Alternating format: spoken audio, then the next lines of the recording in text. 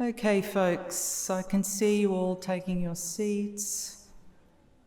And this is truly magnificent. Our second New South Wales Higher Education Summit, hosted by the Scientia Education Academy. We warmly welcome you to colleagues in the room and colleagues online. So hi there, out there. Welcome to our summit. So my name is Professor Patsy Polly, and I'm the Director of the Scientia Education Academy. And we have the pleasure of hosting this event. And this event is very important in that it brings us together as a community where we can discuss the issues that we're facing in higher education. So my colleague, Professor Alex Steele, also a Scientia Education Fellow, will talk a little bit about the theme, but that'll come a little bit later. So before we begin, I'd like to pause for an acknowledgement of country on which we gather here today. We would like to acknowledge the Bedegal people, who are the very first educators and the traditional custodians of this land. We would also like to pay our respects to the elders, both past and present, and extend that respect to other Aboriginal and Torres Strait Islanders who are present here today. We also acknowledge that most of our guests are joining us via live stream today and are located on the unceded territories carefully looked after by our First Nations people for tens of thousands of years.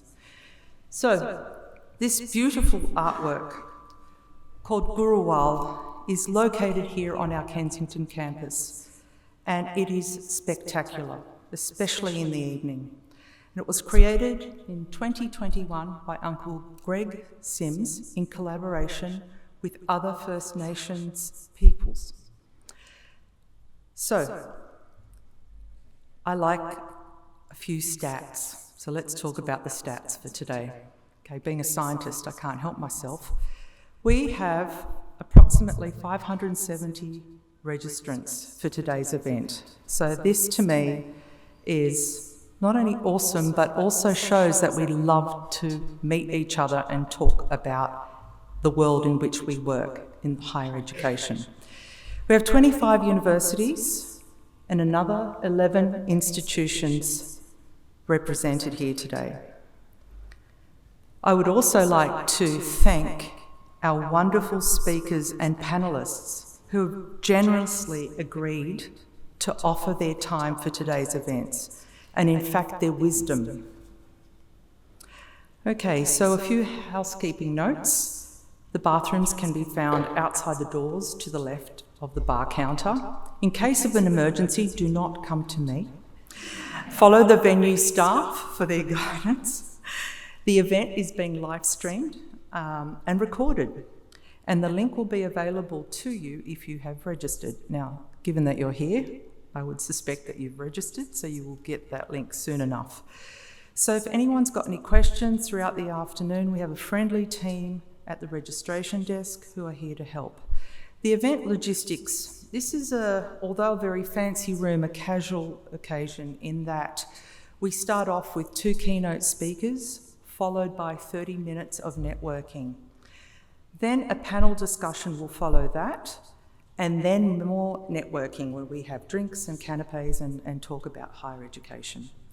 So all the questions today are captured via Slido, and the code is present, I believe, on the chairs on which you're seated, the backs of the chairs. So please enter your questions. We also have some words from Professor Alex Steele. So Alex, who is the Director of AI Strategy and Education at UNSW, he's here to tell us about the day's topic. So Alex, welcome to the stage.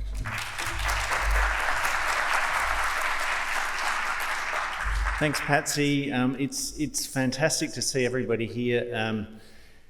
What I think is really fascinating is we've got sort of 4 tables, which is all that's left of the cocktail setting which you had last year. The size of the numbers of people here are such that we've had to go to sort of ranked seating, which I think is an enormous tribute to the organising of this and that wonderful sense of it's sort of getting towards the middle of the year. It's time to have a moment and time to sort of come together and spend time reflecting on where we're at and where we need to get to. And last year we had a topic in the summit which was about AI. I was the person who had to get up and try to explain it.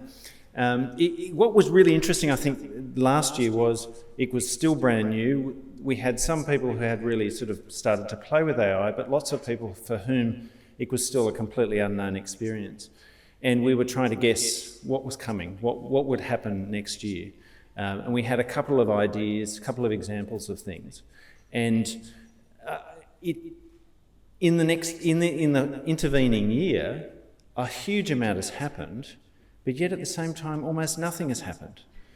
We have this strange, we've got two great keynote speakers coming, so I don't want to really say too much about all of that, because I think a lot of that is what they're talking about. But we are in this really interesting situation where lots of development, but yet at the same time, not a lot of development in the area.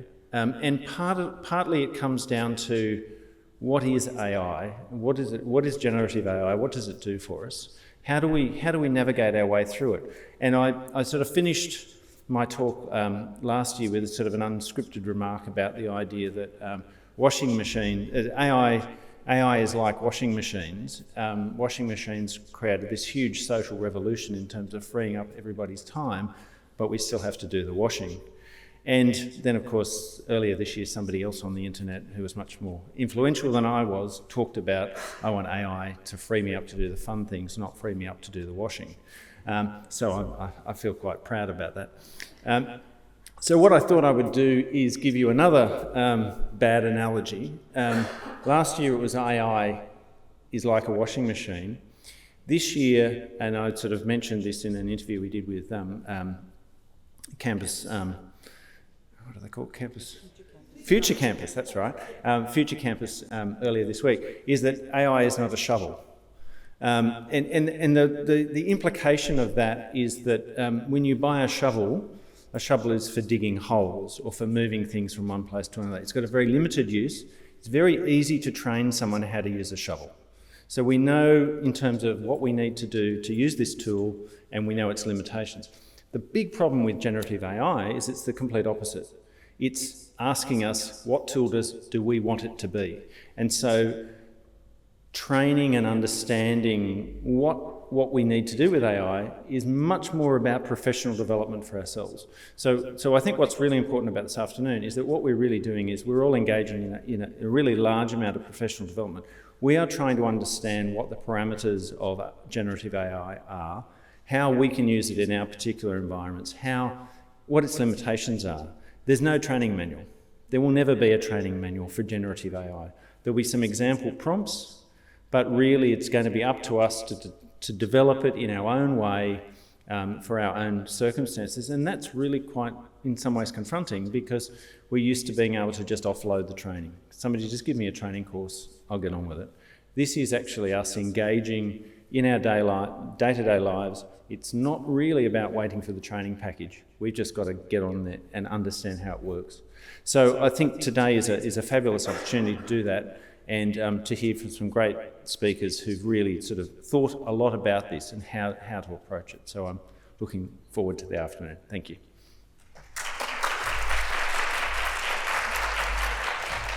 Thank you, Alex. So now I would like to welcome to the stage our Deputy Vice-Chancellor, Academic Quality, Professor Merlin Crosley.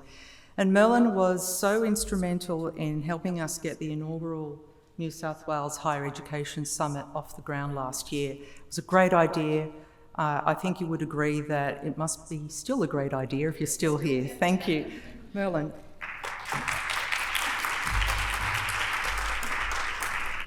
Thank you, Patsy. So welcome to all the real people in the room, all the virtual people online.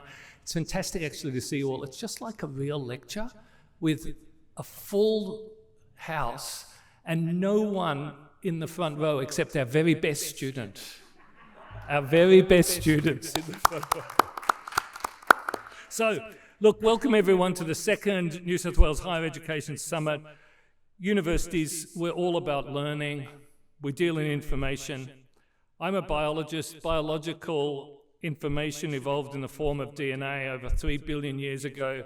Since then, new life forms, animals, plants, and their viruses have been battling it out. Electronic information only evolved much more recently, and we're now drowning in electronic information. At universities, we deal in an important subset of information, knowledge, which is like the animals and plants, and we try to counter the fake information, the viruses and the parasites. But it is a constant battle, one that unites us, though, across the world and across the sector.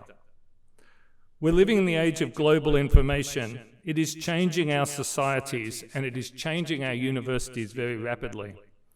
Teaching is no longer a private sort of confidential business between a lecturer and their class. In the past, it was a private business. It was like going to a doctor or a priest for confession or a personal trainer. Or I remember my first maths lecturer. That was like going to the dentist. But teaching is something that we all share. We all now use technology in our teaching. We all have new opportunities that are unimaginable and face risks which are unquantifiable as technology progresses. And the point of these summits is that UNSW wants to help sharing approaches in knowledge to teaching and learning in the digital age, to help our staff to work with experts across the world, to navigate the challenging ecosystem of modern education. So that's why we have these summits. That's why we have education-focused staff and our communities of practice, because there is just so much to share and to do, and this is why people have careers that are focused in education. And it's terrific that we've got, I'm so glad to see so many old friends and colleagues in the room, so many guests from other universities, people from the consulting sector, experts in every aspect, people from UNSW College.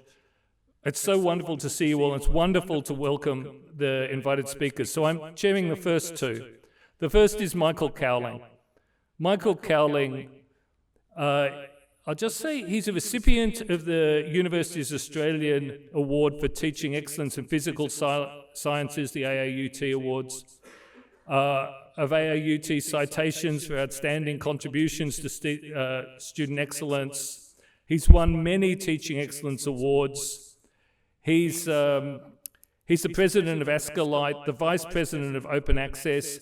He's a prolific, one of the most successful ever contributors to the conversation, and he's a thought leader in technology and teaching. And he was a visiting teaching fellow at UNSW, perhaps the highest praise of all. Over to you, Michael Cowling from CQU. Thank you, Michael.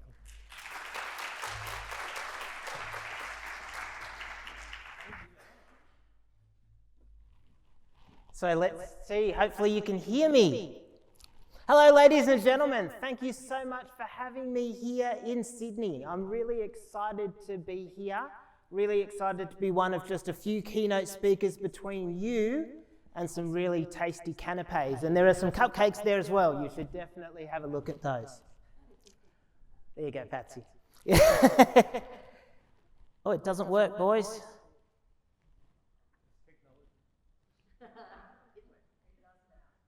It does now? Okay. Oh, there we go. Okay, so Merlin already did a little bit of this, but this is the obligatory who are you slide for me, right? And I put this up often these days because I want to tell people, why do I get invited to these kinds of things? And the answer is one of two reasons. Number one is the award that Merlin mentioned, right? The AAUT Award for Teaching Excellence in Physical Sciences. So that teaching recognition, education recognition. The other side is because I've found myself, for whatever reason, ending up as the president of Ascolite. And so the two of those together make me, I think, a good choice for keynote speaker, because finally, after all of these years, I've found that combination of education and technology. Who would have known that AI would have come along and been such a disruptor in education that everybody panicked, right? Oh, what are we going to do? And all of a sudden, me being the president of Ascolite, which is about technology-enhanced learning, dovetails really well with the fact that I really like education as well. So that's me. If you want to know more about me, go to michaelacowling.com. As Melon said, he and I talk often on LinkedIn. You'll find lots of posts from me on LinkedIn, sometimes with snarky comments from Merlin Crosley as well. So I was talking to Tim, who's the other keynote speaker, and early in the piece I said to Tim, what are we going to talk about? And I said, well, why don't I reflect a little bit on where we are in generative AI, where we've gotten up to in generative AI, as Alex said, in the last 18 months. So November 2022 is when ChatGPT was officially launched. And I've often said that that's sort of when we all went into panic mode in higher education, right? So it's been 18 months and we've had this massive change. And as Alex said, he talked about it a little bit last year. We now have an entire higher education summit about generative AI. I think it's fair to say that we're worried about it. And so Tim and I said, well, let's come up with some metaphors. And so we've got a bit of a competition. So who can have the more tortured metaphor for today, right?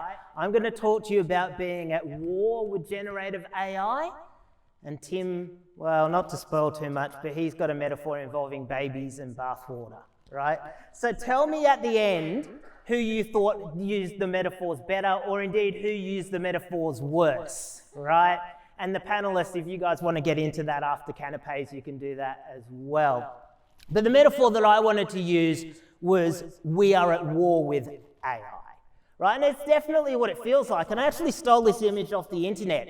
Not generative AI, I just, blatantly stole it from a Google image search. And I put generative AI on one side and humans on the other. And then when I was looking at it as Alex was talking, I thought to myself, generative AI is winning in that image, isn't it? If you look at the image, the poor old red side, which is the human beings, we're getting bombed, right? And generative AI is getting all of those resources. It's getting all the new stuff on the right, recruits and supplies and weapons. And I think that's a little bit what it feels like for us right now. But I think we're slowly getting through it. And so what I wanted to start by doing is mapping for you those 18 months, right? And I give you a little bit of a model for those 18 months. Now I'm going to talk to you a little bit about some case studies and some lessons from the work that I'm doing and the work that we're doing in the sector, particularly here at UNSW and across the road at University of Sydney as well as internationally. And then I'm going to wind up by talking to you a little bit about options for the future. But I'm just going to give you a little bit about options for the future, because then we're going to segue into Tim, and he's going to talk a little bit more about that, and he might throw in the word entangled a few times, I suspect. Everything's entangled together for Tim. So let's talk about mapping the last 18 months. My favourite model, and this model is a model that I've used before generative AI came along in the technology space, is this one here. This is called the Gartner Hype. This one here, he says it doesn't change. One more. There we go. Excellent. This one here. This is called the Gartner Hype Cycle. And the Gartner Hype Cycle is usually used to map innovative technology. And I love it because I think that the one down the bottom is what we often get to in technology without even realizing it, which is the trough of disillusionment, right? And I actually think that's something that we face with lots of technology. If you think about mixed reality, extended reality technology, right? It comes along and everybody goes, wow, this is amazing. This is going to change our lives. It's going to change everything. Then they realize that it's actually not going to change everything. We fall into this trough of disillusionment. And then we start to say, well, actually, it could change some things. It could be good at teaching people welding or other physical skills. It's probably never going to teach people basic math or whatever it might be, right? Good for some things, not so good for other things. It's really good for gaming. At least my 14-year-old would tell you that it's really good for gaming. And so we work out what it's good for, which is when we start to work our way up the slope of enlightenment, and then eventually get to our plateau of productivity. I think you can look at this scale and you can think about the same thing for generative AI and ChatGPT. So November 2022, it gets launched. November 2022 is our technology trigger. And then after that, December, January, people are saying, this is going to change the world. This is going to disrupt education entirely. Universities are going to be no more because ChatGPT is going to teach us everything. And then we kind of go, oh, maybe not, right? And we fall into this trough of disillusionment. And I don't think we're quite at the plateau of productivity yet, but I think we're getting closer.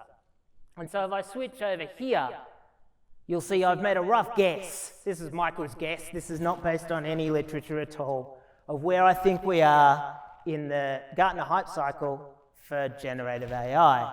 It was launched in November 2022.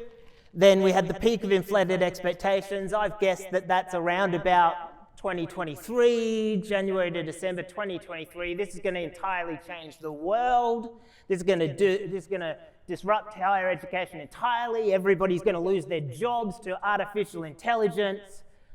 I think at the beginning of 2024, we started to say, well, wait, is that really, really true?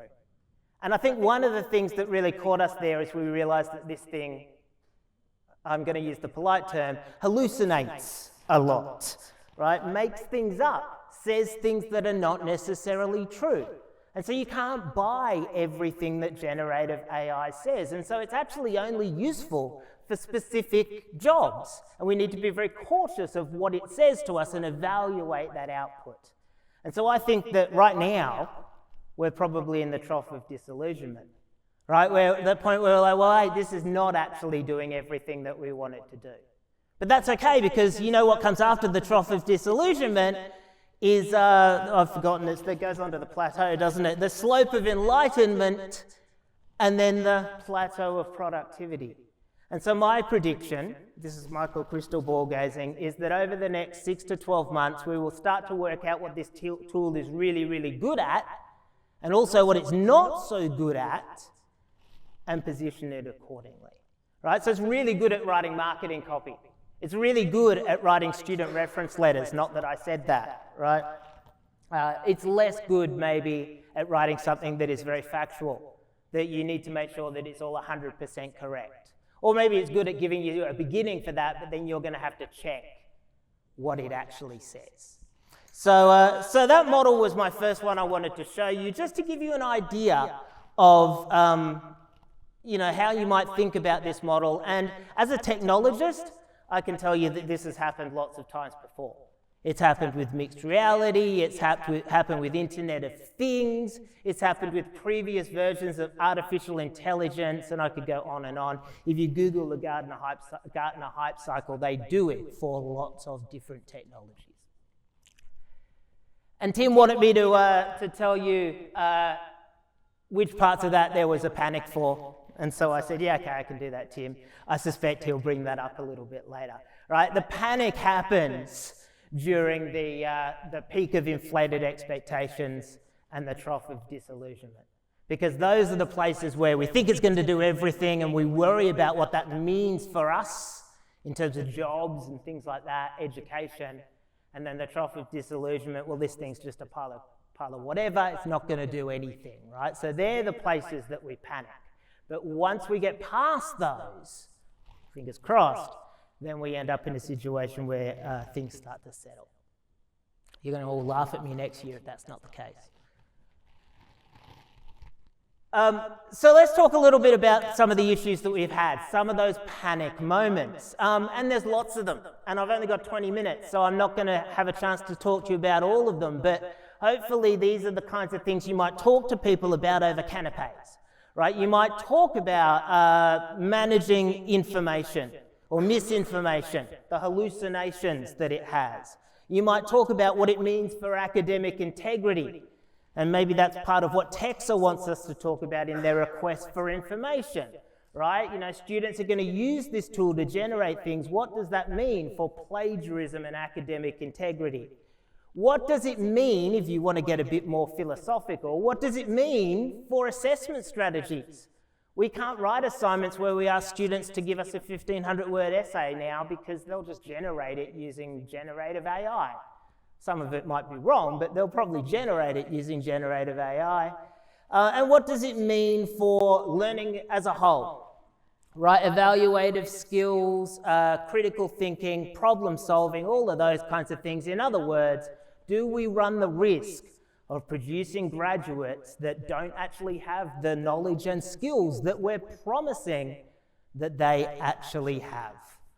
And that, of course, leads to many questions like, should ChatGPT be regulated? Should we as higher education people fund plagiarism detectors? Should we get into an arms race with ChatGPT, and whether or not we should actually ask students to teach students to use this tool?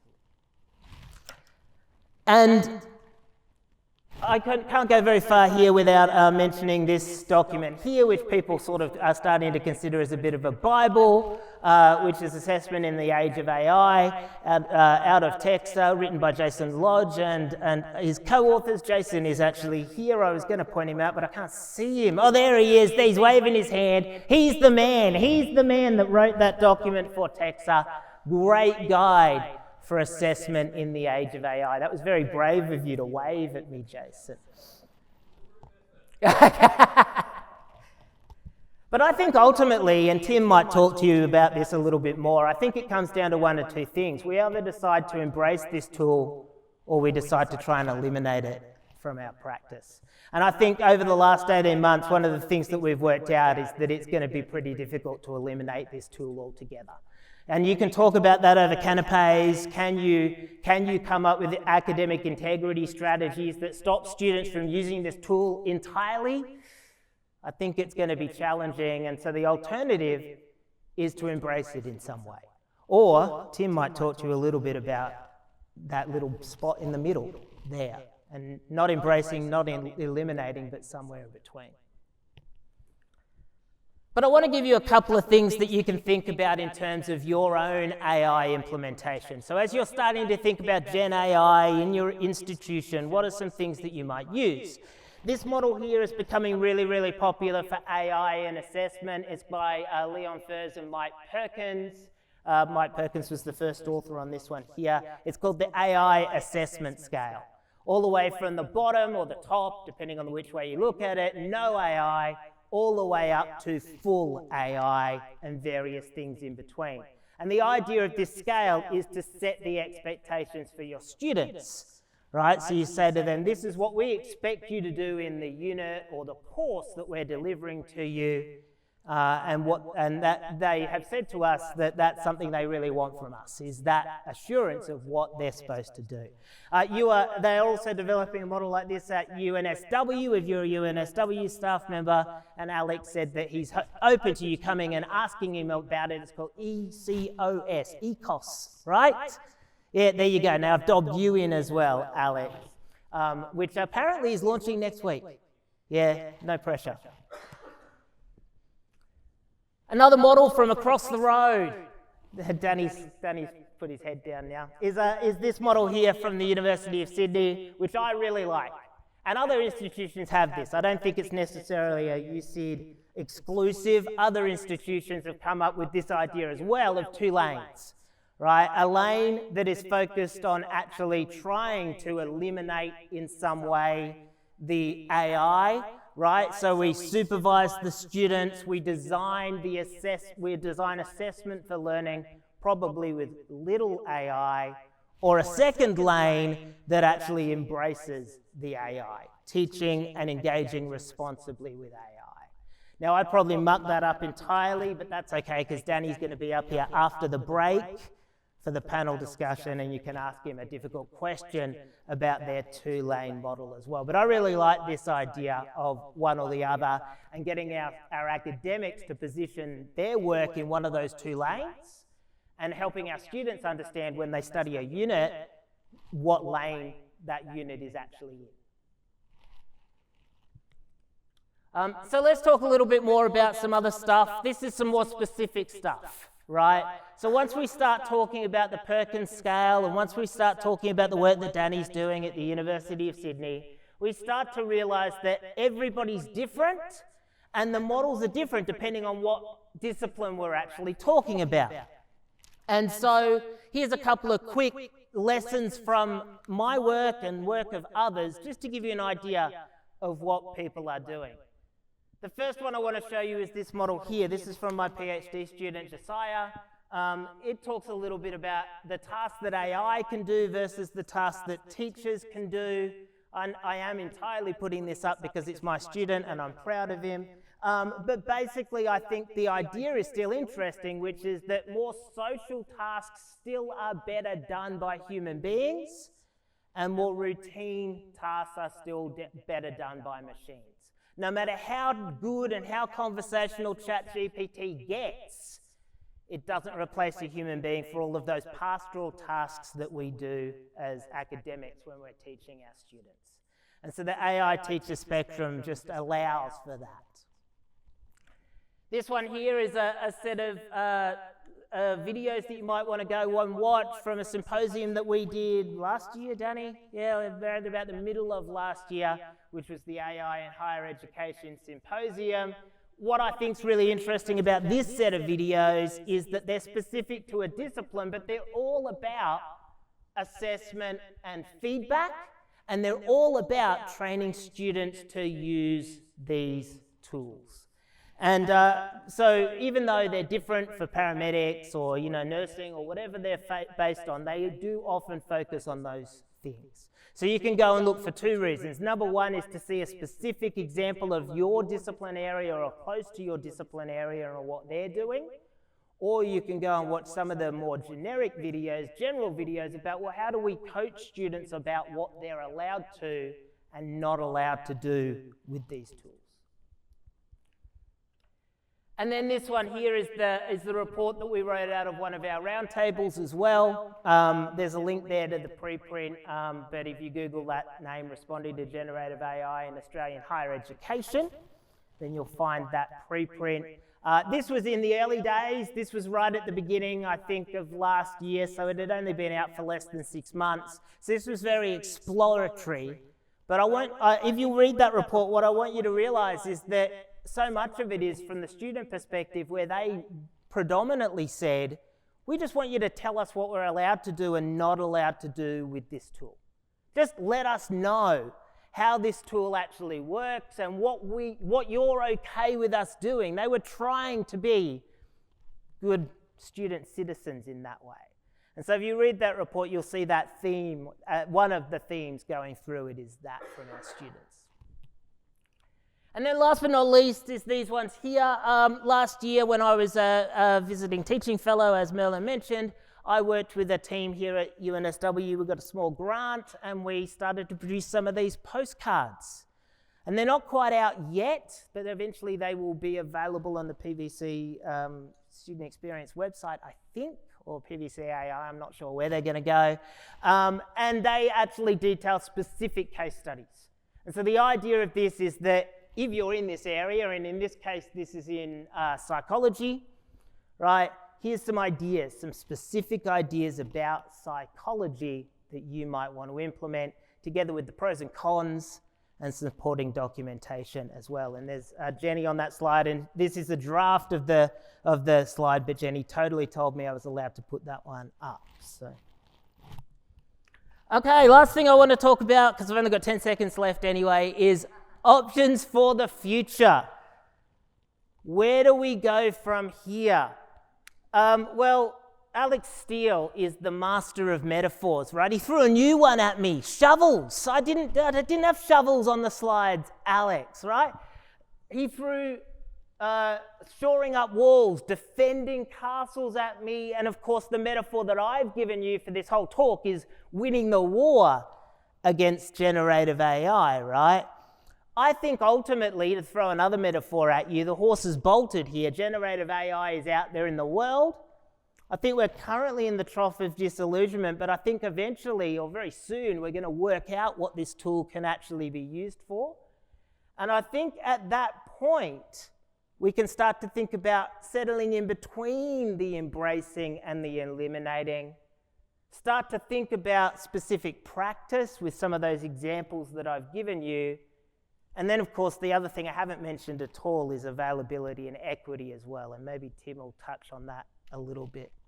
So ultimately, maybe peace is found in sharing that battlefield, understanding our practice, and using AI to consider what we're actually going to do. And that's probably where I'm going to hand you over to my colleague, Tim Fawns, to tell you a little more. Thank you, ladies and gentlemen.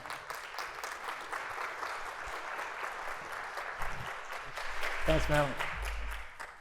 Thanks so much, Michael. That was great. Excellent slide. So questions are piling up on Slido, but we're going to have them after Tim's talk. But thank you very much, Michael. I love that. I actually have to say I think this two-lane idea is very good, but I'm sort of nervous of AI, so I mostly drive just on the left, but I might get into the other lane as I drive home tonight after some drinks. Okay. Now, Tim Fawns. So our next speaker is from the UNSW Education Academy. He's published widely. He's written a book, online postgraduate education in a post-digital world beyond technology. He's written a great abstract, as Michael was saying, about the baby in the bathwater and about information pollution, which I think is one of the main concerns with AI in this world. Now, Tim is, when we invited him, he said he was going to be in Singapore, which is in theme. So I welcome all our international guests here today, and I hope Tim will now be able to join us online from Singapore. So over to you, technology. Yes. Thanks so much. Can someone like Lauren in the chat just let me know that you can hear me okay and see me okay? Great. Okay, so I wasn't... thank you for having me. I was wondering how Merlin was going to introduce me equitably alongside Michael, because that was some introduction. And I think that Michael also has set me up really well. So thanks for having me. I'm sorry I'm not there. I would love to be there. There are a lot of people that I like hanging out with that are in the audience and on the panel and in the organising committee. But thank you for allowing me to come along anyway. Thanks to Michael for doing most of the work for me. That's part of the reason I wanted to go second, was Michael could do all the hard work and set things up, and I can just kind of talk in my strange fashion, torturing metaphors as I go. Michael's metaphor was war, and I've discovered that the only thing that can compete with war in terms of horror are artificially generated images of babies. So I hope that you can cope as I work through my slides. I was going to, there's an irony here. We're talking about technology so advanced that at times it can seem magical. And yet PowerPoint is still so fraught that I need somebody on the ground to advance the slides for me. So thanks to Tom for doing that. I was going to do this thing where I pretended that Tom was putting up slides that I had nothing to do with, and I was like, Tom, what are you doing? And it would just get worse and worse and escalate. But I decided that that was a bit mean, and also I actually do need Tom to help me through this presentation. But if you wish, you can just imagine that I sent through a sensible set of slides, and Tom messed with them, and then I had to kind of respond and talk to the slides that came up, if that will entertain you more. So just to refer back to Michael talking about peace, I'm not sure that peace is where we're heading, but I think we might be heading for ongoing negotiation. And that's really important. Tom, if you can move us to the next slide. And I really do apologize for this imagery, but anyway, here we are. Education has always, to some people, has always been broken. So if you can go back to before ChatGPT was launched in November 2022, and even before COVID, we were already talking about the things that were wrong with education, and actually, I'm pretty sure we've always been talking about all the things that are wrong with education. And this is important to kind of remember that there were flaws going on before COVID, and there were flaws going on before Gen AI, and we need to not forget those flaws, because actually there were a lot of things that we already knew we should be doing that we were struggling to do that I think become even more important now. So there are plenty of things wrong with education, but there are plenty of things right as well. So I think it's strange that we always hear people criticizing education as being broken, because actually it's also amazing, and it kind of depends on how you look at it.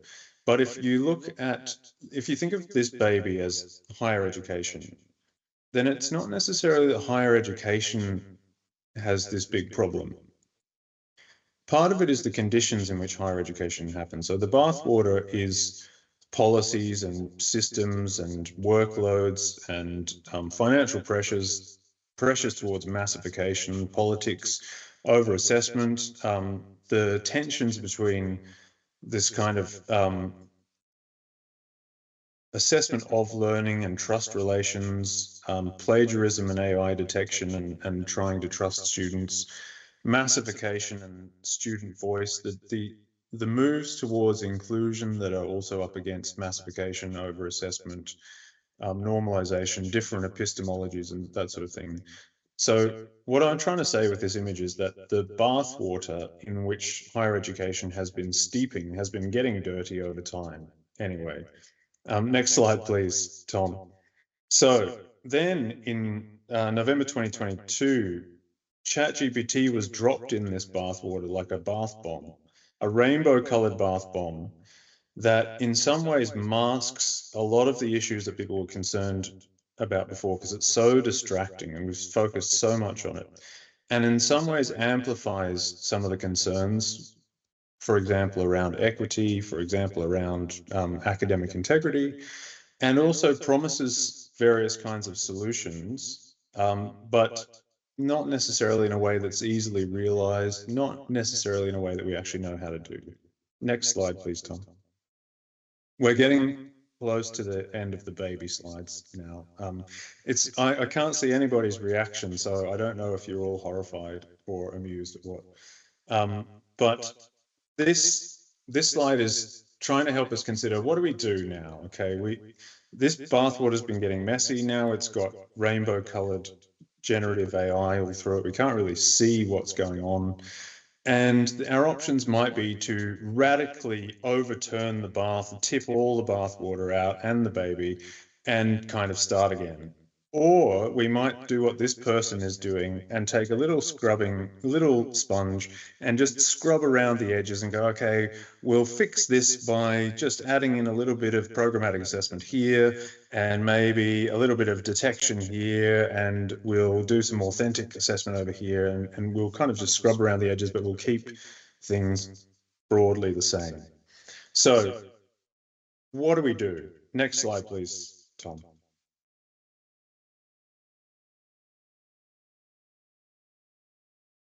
What's happened to Tom? Right. Tom was offended.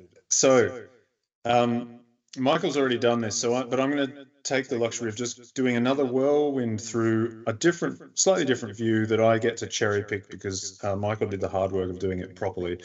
And this review is kind of based on my perception of the public discourse around Gen AI, the stuff that's happening at Monash, where I'm based, the stuff that's happening at sector level, including a couple of the round tables of educational leaders that was organised by Danny Liu, and also featured Michael, myself, Adam Bridgman, and a couple of other people, Trish McCluskey, Jason Lodge.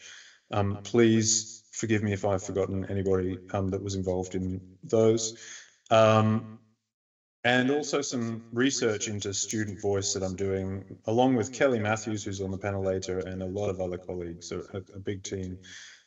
So next slide, Tom. Let's just see, where was everyone just before November 2022? I think we were kind of going, wow, I'm so tired.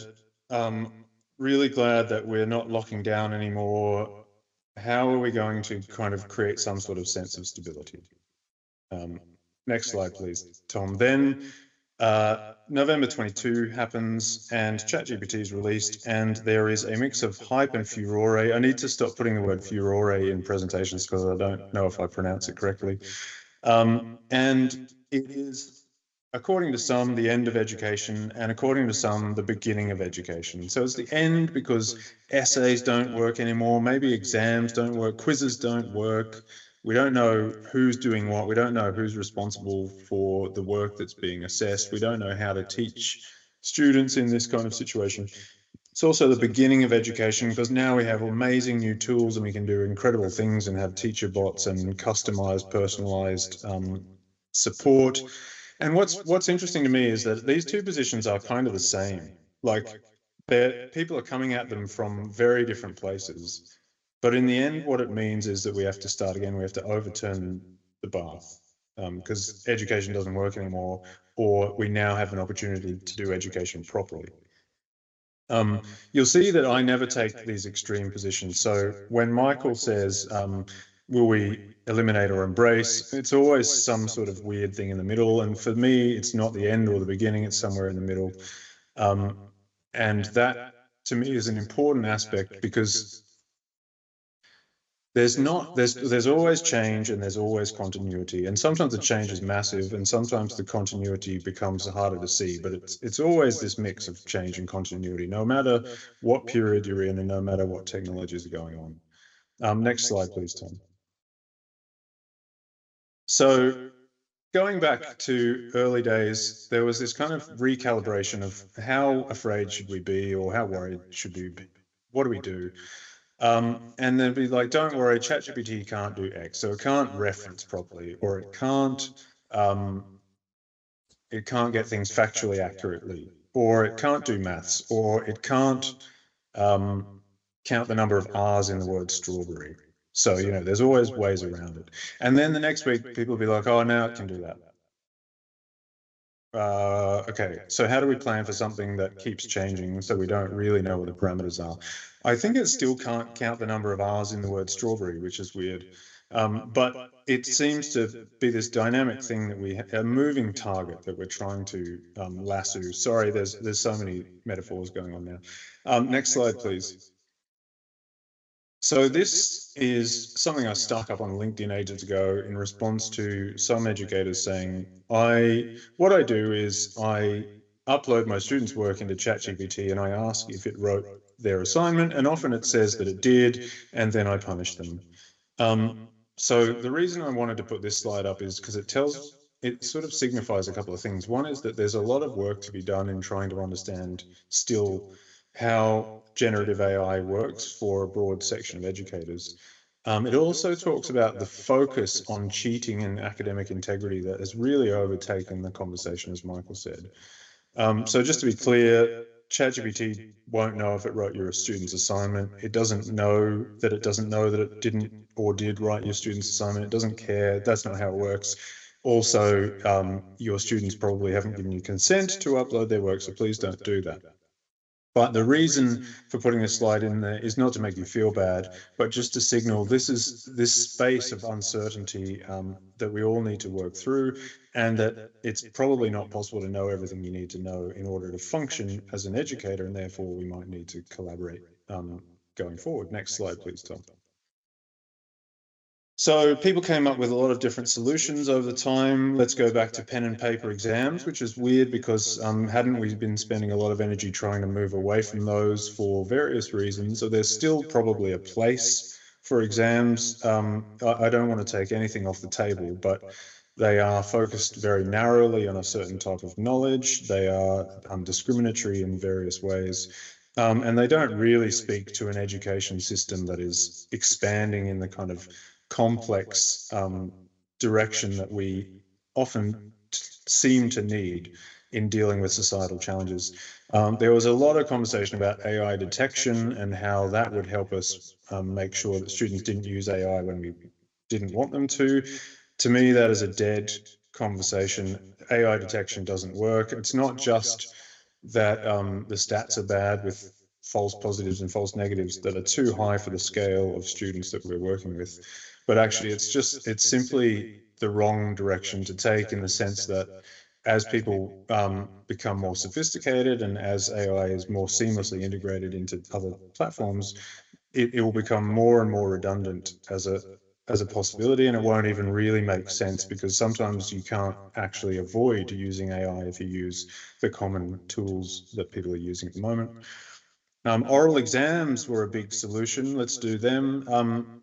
Not a bad idea sometimes, but we need to remember that that's also a narrow view of knowledge. Being able to speak well isn't something that everyone can do equally. We need a wide variety of assessment in order to get at all the things that are important. So we don't want to skew it too far towards any particular type.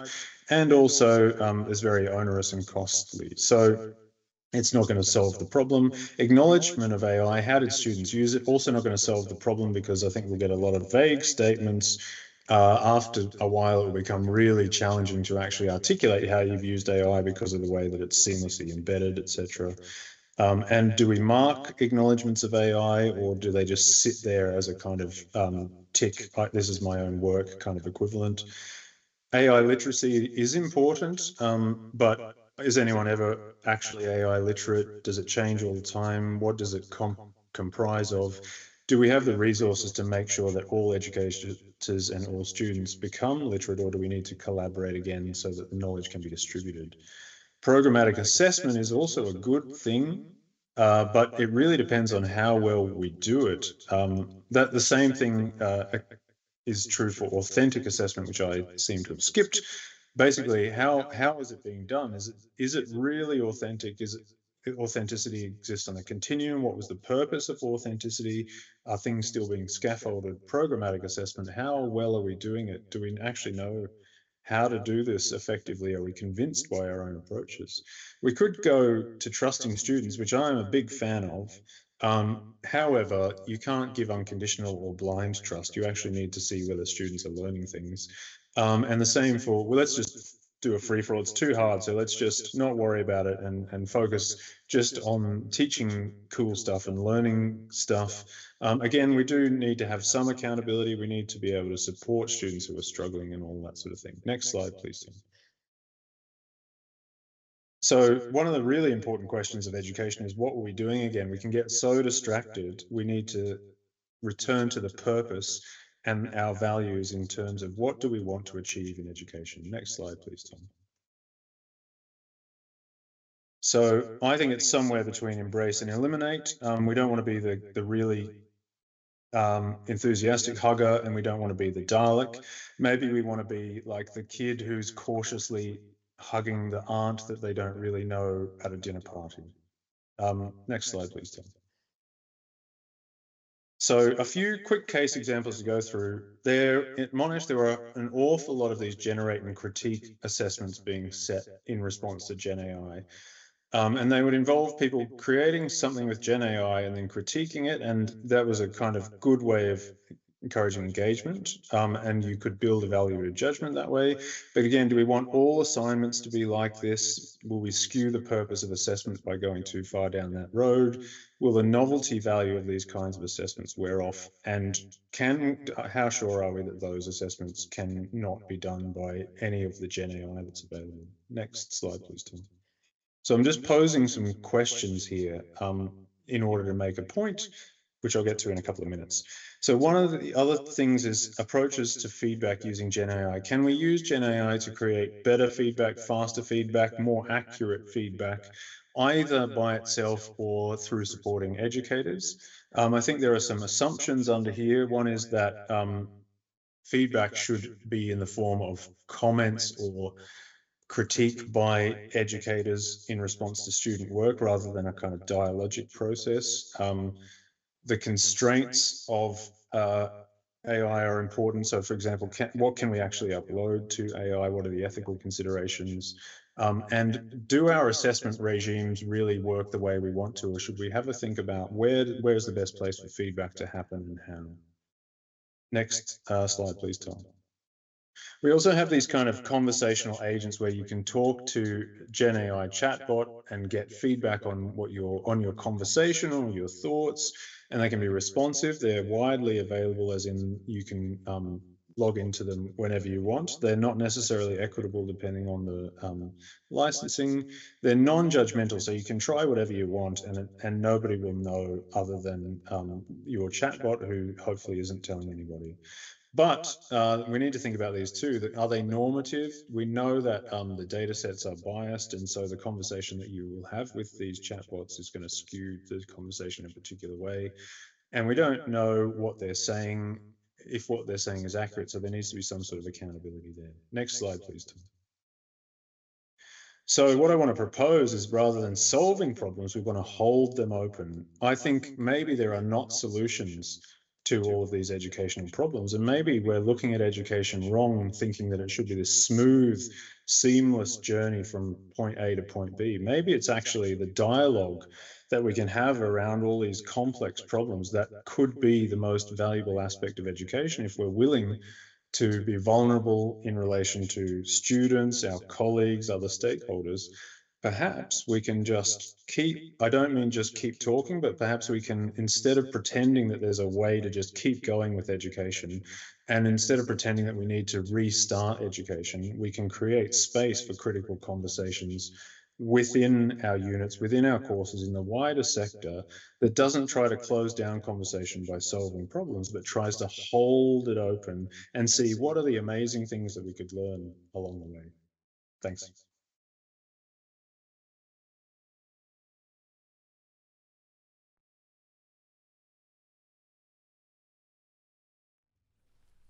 Well done, Tim. Those were superb slides. We could hear every word. It was a great remote speech. I particularly love the slides of the baby in the bathwater and the discussion of non-solutions. We do a lot of discussing non-solutions here. So, look, there's some questions from the audience. You can see them all on Slido. There's the usual collection of excellent questions, and I'll take that as a comment. But some people have actually given their names, so I might start with the one. So this is Michael? Where's Michael there? Do you want to come up, Michael? And Tim, I don't know. Yeah, I think either of you can weigh into this. But I'll start. Jack Goodman's has been voted to the top, and his name's here. I'll read it out, although I know Jack's in the audience. Can we explore the idea of AI for learning versus AI for productivity? When teaching students, our focus should be on the former, not the latter. I think this is interesting. We're talking a lot about integrity, we're talking things, but what about AI in learning? Do you want to have a go at that, Michael, and then we'll go to Tim? Yeah, hopefully. Oh, the boys have turned the microphone back on. Awesome. This is a really good question, because I think this is a place where we can make a genuine difference. Because you might remember that I said earlier that ChatGPT hallucinates a lot and we need to evaluate the output. Well, I would hope that the people in the audience, if they were using ChatGPT to generate resources for learning, that they'd have the capacity to evaluate the output. So whereas we worry about our students producing an essay and then just submitting it to us, right? When we produce a rubric or a lesson plan or something else like that that helps us use an AI tool to facilitate better learning, we have the capacity to evaluate that tool for learning. So I think for us, it's a really, really good tool. And in fact, I'd argue that for academics, probably a more effective tool than where we're worried about it with students. Yeah, I think it can be good for everyone. Tim, do you want to comment on that question?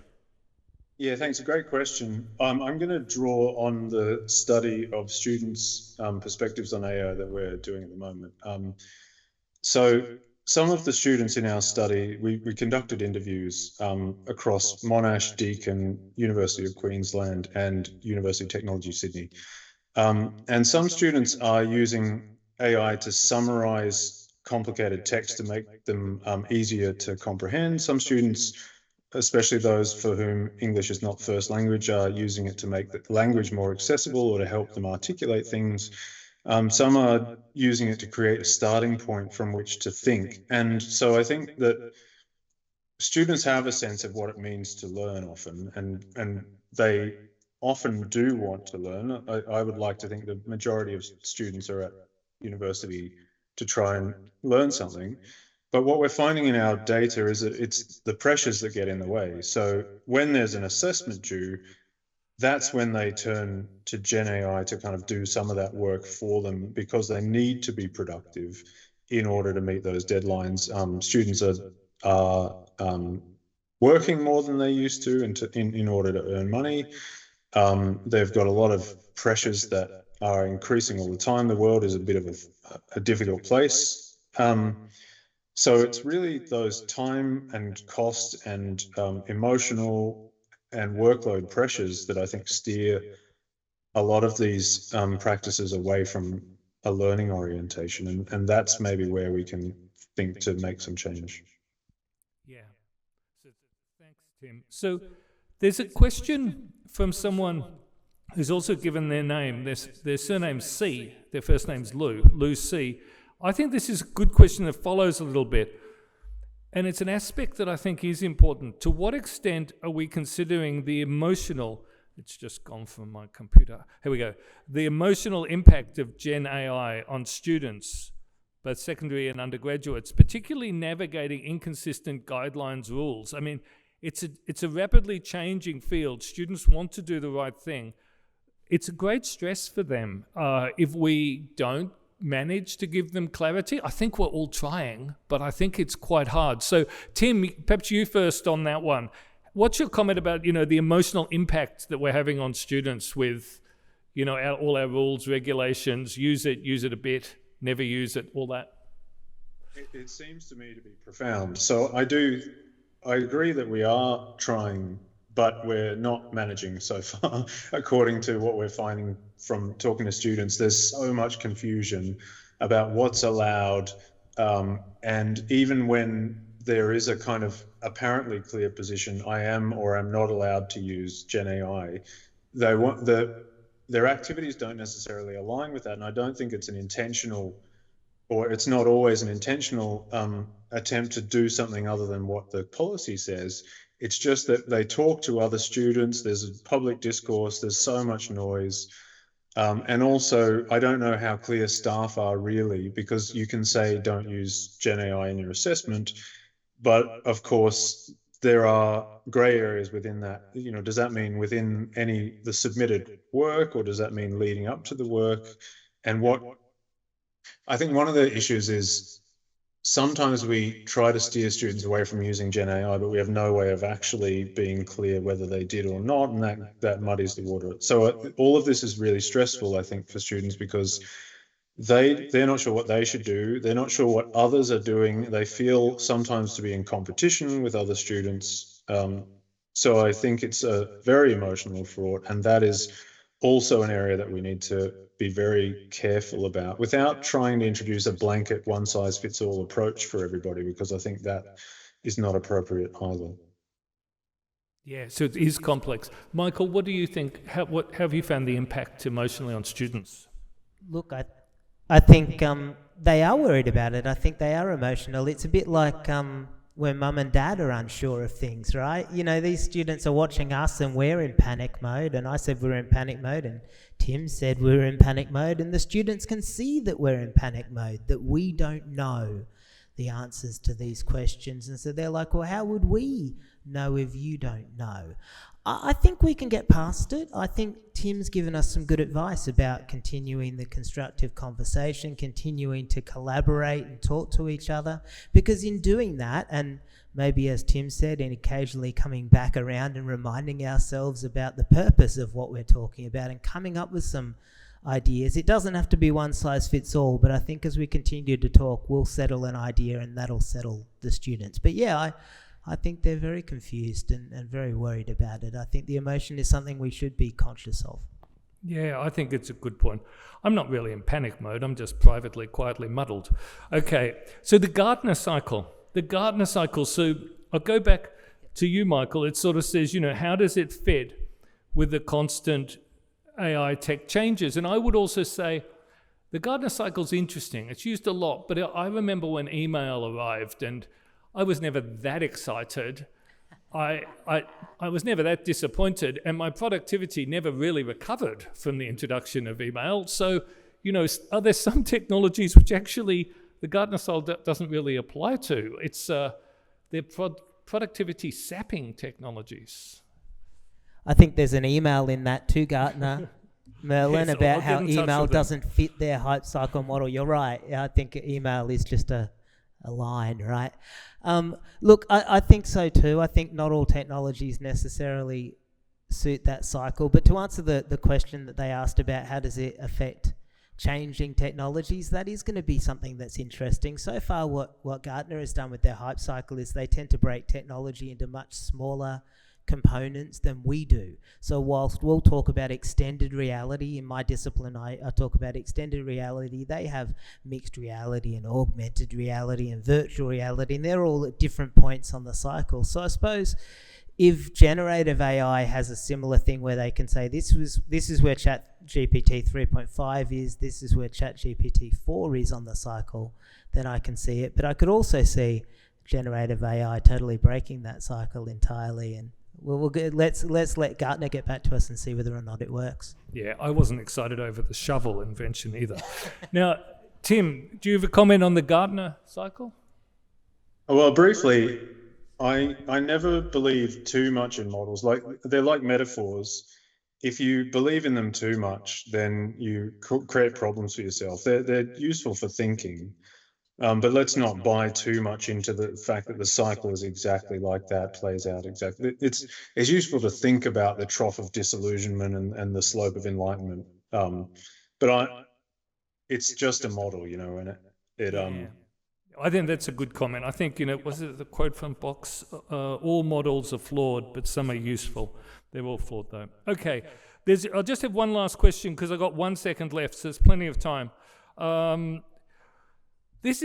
think this is actually a profound question. What role do you think the private sector will play in this, e.g. Microsoft, Google, and OpenAI?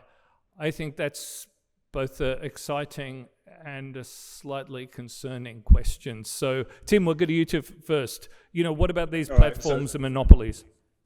My 1 second answer is that they'll probably play an annoying role. They'll be there and they will try to push their products into institutions, and institutions will integrate them in, but they won't do what we want them to do as educators. And so we'll be constantly in this kind of friction, but that's just all part of this kind of entanglement of technologies and educational practices that I often talk about, but actually did not talk about in my talk, even though that was in the title. Yeah, it's interesting. Entangled, yeah, enslaved's another word. Michael?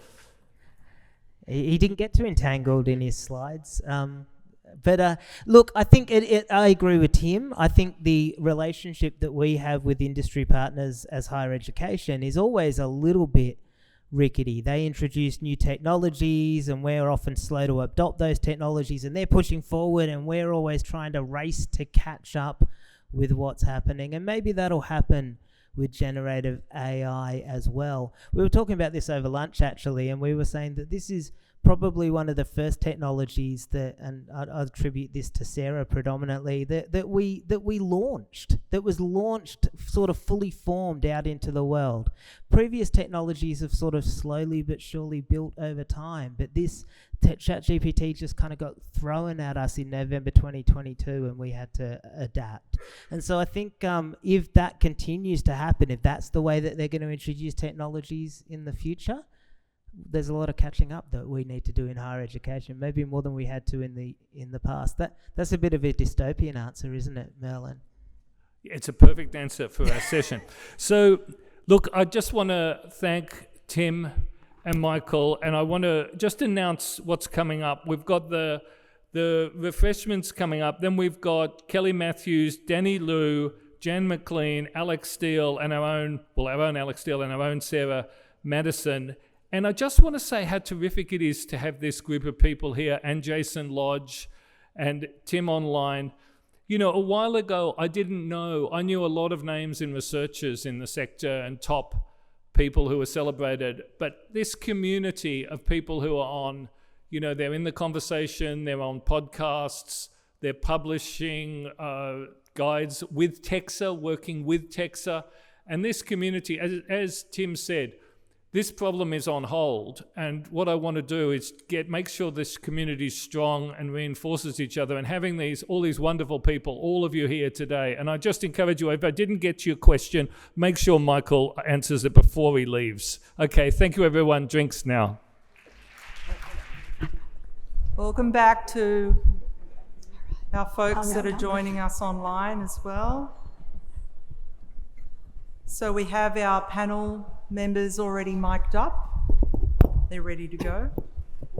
And this particular point of the afternoon, our Deputy Vice-Chancellor, Education and Student Experience, Professor Sarah Madison, will kick off our panel discussion and moderate it. So, having joined UNSW pretty much exactly a year ago, sitting on the very same panel we have set up before us this evening, Sarah has worked in higher education for 25 years, and she has over 10 years of senior leadership experience, including department chair, school dean, faculty executive dean, pro-vice chancellor, and most recently, Deputy Vice-Chancellor, Education, Experience and Employability at Swinburne University of Technology, a champion of innovation in learning and teaching and research-informed practice.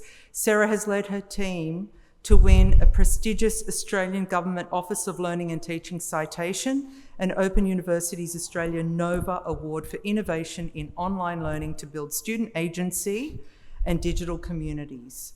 She has been invited to numerous national and international panels on topics, including the use of learning analytics to support student retention, learning ecosystems to support borderless education, and pedagogy and learning spaces.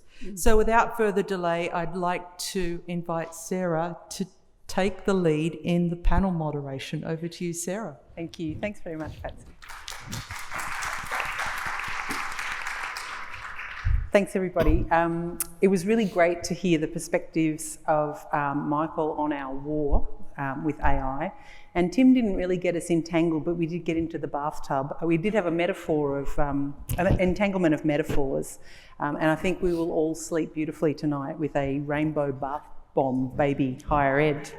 The title of this panel discussion is AI Integrated Higher Ed Culture. And so I've just been sort of reflecting on the integration part. So this time last year, as we've heard, we had a real combination of, I suppose, fear and fascination, or excitement and panic. And for our panel members, so that they can kind of get a vibe check of the room, who's still panicking? Hands up if you've got a bit of panic. Come on, commit. What does this mean? Nobody's panicking. All right, awesome. Are you all excited? Who's excited? And who's waiting for the solution? Everyone else. All right, great, thank you. I mean, we've sort of talked about, there's a whole group of people who are embracing AI in their learning and teaching as well as in their teaching practice. But we're also needing to think obviously about assuring assessment. So this sort of embrace versus eliminate is a pretty interesting one. And TEXA has asked us to assure learning outcomes, and they've also asked us to assure integrity of our awards, of our degree programs. They haven't actually asked us to assure every single piece of assessment that we do. And we did hear from Tim and Michael before, like, what about learning? We seem to have lost learning along the way. And what about skills? And we've got 4 sort of key themes for the panel today. Preparing graduates for the future. Standards, integrity and professional behaviour is number 2. Number 3 is AI pedagogy and AI technology and working within that mix. And the 4th one is collaborative approaches to upskilling students and staff simultaneously. And the focus of most of what we're going to be talking about and what you've heard so far, I suppose, is really about generative AI, which again is hailed as that kind of major threat and or opportunity for our sector. But our panel members may like to go a bit more broad than generative AI and talk about other forms of AI and machine learning, etc. But they'll let you know when that's going to happen. So let's jump in and I'll introduce you to our illustrious panel here. I don't know. Oh, you are all sitting in order. That's fantastic. Down the end, we've got Kelly Matthews, Professor Kelly Matthews, who is a Professor of Higher Education at the Institute of Teaching and Learning Innovation at the University of Queensland. And Kelly is an applied researcher and higher education scholar, a multi-award winning university teacher and educational leader known for co-creating successful networks that bring people together to advance higher ed. And she's really well known for her incredible advocacy of the student voice and students as partners. Kelly's at the moment, she's collaborating in a great cross-institutional study which explores students' perspectives of AI, which is a co-funded program between Deakin, Monash, UQ and UTS. She's also co-organising the 10th annual Students as Partners Roundtable with students and staff globally, Australia, Pakistan, South Africa, US and the UK, that'll be held in September. It's a global conference, so it's online. Apparently abstracts are due today, so have a drink, finish, listen to us, and then you can put your abstract in. And we asked ChatGPT to give a little summary of these sort of titles of people. And so Kelly is our Chief of Education Innovation Architect. So please welcome Kelly.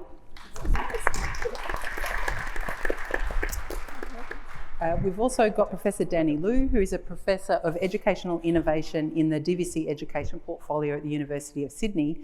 And Danny's a molecular biologist by training, a programmer by night, a researcher and academic developer by day, and an educator at heart. Isn't that beautiful? And he works at the confluence of educational technology, student engagement, artificial intelligence, learning analytics, pedagogical research, organisational leadership, and professional development. He's got a really strong background in student engagement, particularly through technology and inquiry-based learning, student transition, infusing technology throughout our curriculum. And Danny sort of started absolutely as a molecular and cell biologist of plants, which is where his PhD was, and he sort of slowly moved towards education when he could see the far-reaching impact of good learning and teaching. And ChatGPT has retitled Danny as our Chief Educational Technologist and Pedagogical Innovator. So please welcome Danny, who's cringing. We also have Professor Jan McLean, who is the Director of the Institute of Interactive Media and Learning at the University of Technology, Sydney. And Jan is a researcher in higher ed and development with a particular interest in the effects of changing higher ed context upon academic life and the practice, as well as student belonging and learning. And Jan's been at UTS since 2016, after working here at UNSW in educational development for 20 years. She's got extensive experience in working with staff, students and senior leaders across numerous facets of teaching and research development, academic careers, curriculum design, innovation and change. And she leads initiatives around students as partners, research integrated teaching, peer inquiry and observations, and the scholarship of learning and teaching. And her work is focused on creating collaborative learning experiences that inspire academics to explore emerging and innovative ways to approach their practice, and initiatives that also support academics to survive and thrive within an increasingly busy, complex and uncertain higher education context. And ChatGPT has rebadged Jan as the Chief Analyst of Learning Innovation. Please welcome Jan.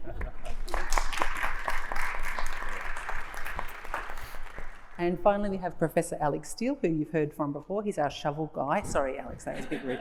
Shovel ready. Shovel ready, there you go. Who is the Director of AI Strategy Education and a Professor of Law here at UNSW.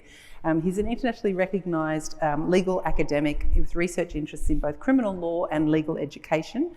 He has numerous teaching awards, including a Commonwealth Government citation for outstanding contributions to student learning, and is a Principal Fellow of the Higher Education Academy. He has extensive experience in university leadership across teaching and student support with a focus on digital innovation. And at the moment, he's dividing his time between the Faculty of Law and the Division of Education and Student Experience, supporting us here at UNSW to grapple with and indeed embrace with excitement AI in education and assessment. And ChatGPT has retitled Alex as the Chief AI Education Strategist and Legal Scholar, which is kind of what you are. So please welcome Alex. Thank you. Oh, and I'm sure I'm going to blow the technology in the piece of paper here, but that's fine. So in checking up about how to start and run a really good panel, you need a really punchy first question. So my question is, baby or bathwater? What do you think? They're like, what the hell is she talking about? All right, I'll go back to the script. That's fine. I mean, I did quite like the analogy that the baby is the good higher ed and we're swimming in this bathwater. Does anyone want to make a comment on that? You don't have to. I'm happy to go back to this if you like. It's a big fat no. Okay, fine. So we will start instead with, do you want to say something, Della? You're not sure? I found the pictures. Sorry, I don't normally sound like this. I just brought my magic voice for you all today, so forgive me. I found the pictures incredibly creepy. Anyone else? That was my takeaway. Right, so that's it. Gen AI, incredibly creepy. No, Excellent. Tim's pictures are creepy. Yeah. I was fascinated by not the baby and the bathwater, but the room that they were in. The 'Cause horrifying, that looked that like was the some horror. sort of crime noir sort of.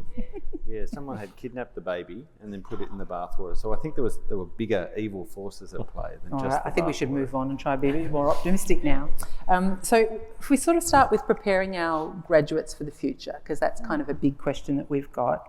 What do you think that our graduates need from us to be Gen AI ready for the future? Do you want to start with that one, Alex? Okay, thank you. Look, there's already a question in the chat that I think raises this issue, and I don't think as universities, we can hope to be always at the cutting edge of the technologies, except in some disciplines, and at the cutting edge of the way in which those technologies are used. But we can set our students up for their life by teaching them to use it responsibly. And I think that's the core to what we do. So whichever way you use AI, make sure you use it responsibly. Here's a ethical framework for doing it. And I think that then sets us up well. We're not as sort of buffeted from side to side by the latest piece of technology because everybody understands there's an ethical approach to using it. Okay, so the ethics needs to be at the core of the teaching, and that's what that. All right, so I've got a bit of nodding down the end. Would you like to add anything to that, Kelly? I think the opportunity that we've got with generative AI for our students and ourselves is to be honest. It's a chance to have honest conversations and talk about how we deal with uncertainty and how we navigate it and how we're going to be thinking about it and learning about it together. So I think the opportunity is to actually be in real, genuine conversation with our colleagues and students about this is another one of those things. This is what the world feels like now. One thing after another. And maybe we're not going to have the answer, but it's our chance to realize that we're going to navigate it and we'll do it better together, having those conversations. So I'm really excited about being in classrooms like that, to be honest. Yeah. Honestly. Yeah. So what about how do we do it at scale? Because we kind of need to do it at scale as well. Because in a way what you've been talking about potentially is one teacher in their classroom. So if we think about sort of preparing our graduates at scale, do we need an integrated whole of university approach, like the concept of an AI policy, which I think many do? Or do we go down to the discipline level? Is it university-wide? Is it discipline? Like, what about those discipline differences? What are your thoughts on that, Danny? So we've been hearing before about how confused students are, and I think the lack of clarity and the differences in the different settings that we have in different Sydney, what we're going to try next year, and we haven't shared this super widely yet, so surprise, but we're going to most likely disallow academics to prohibit AI in assessments which are not secured. And we feel that's the only way forward because that provides exceptional clarity because we can't detect it, we can't stop them anyway, it's going to be everywhere. And so in an unsecured assessment, there's no point saying you can only use AI for X and Y, but not Z. So does that mean 2 lanes turn into 1? So it still means 2 lanes. So it means lane 2, you cannot prohibit AI. Lane 1, secured, you can prohibit if it's secured, but you can also not prohibit if it's secured, because there could be situations where a student's outcome needs to be the responsible, like Alex said, the responsible use of AI demonstrated to their marker, and you still need that in a secured environment. Okay. And so if we think about preparing out, so that's still kind of how do we get our students through our degree programs, if you like? How do they navigate university in the world of AI? What about preparing them more for the future of AI? So again, if we think of it kind of holistically, we can still have policies at the university level. We can have conversations with our students about how AI will be used, how they should use it, come at it from an ethical perspective. But if we move to the discipline level, we've got things like TEXA, who is providing some sets of sort of regulations around us, but individual disciplines do the same as well.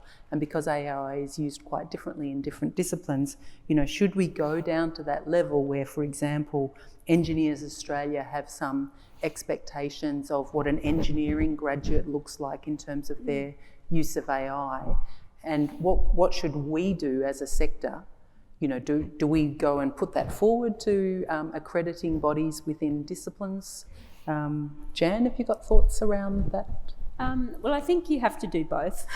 You have to be thinking, the way we're approaching it at UTS is really a principled approach, start from what we understand are the effective ethical ways of engaging with generative AI. But then think about how do we actually take that down to the discipline level, and then negotiating, of course, with our industry partners in partnership through dialogue. We're in this together, we're making sense together. We can't come up with the answer. We have to look forward, work together to find solutions. And that will vary enormously. It's important we contextualise things. Alex, what are your thoughts about discipline specifics? Similarly, I think at UNSW we're having a similar conversation. So what we're trying to work out at the moment is what's the generic framework that every student needs to know, and every staff member also needs to know, not even in education but in administration, in research, across all of those different sort of roles that we play in the university, and for students as well, students across those roles, what's the generic level of expectation of understanding that we need them to have? And ethics and responsibility, I think, is that generic layer. But it means different things in different disciplines. So what we need to make sure is that we've got a base layer, and then each discipline takes that base layer and contextualises it for the students. And the conversation, I think the really important and the sort of exciting opportunity we've got is that for each of those disciplines, it's not just a conversation in that school, it's a national conversation. It's even an international conversation in that discipline.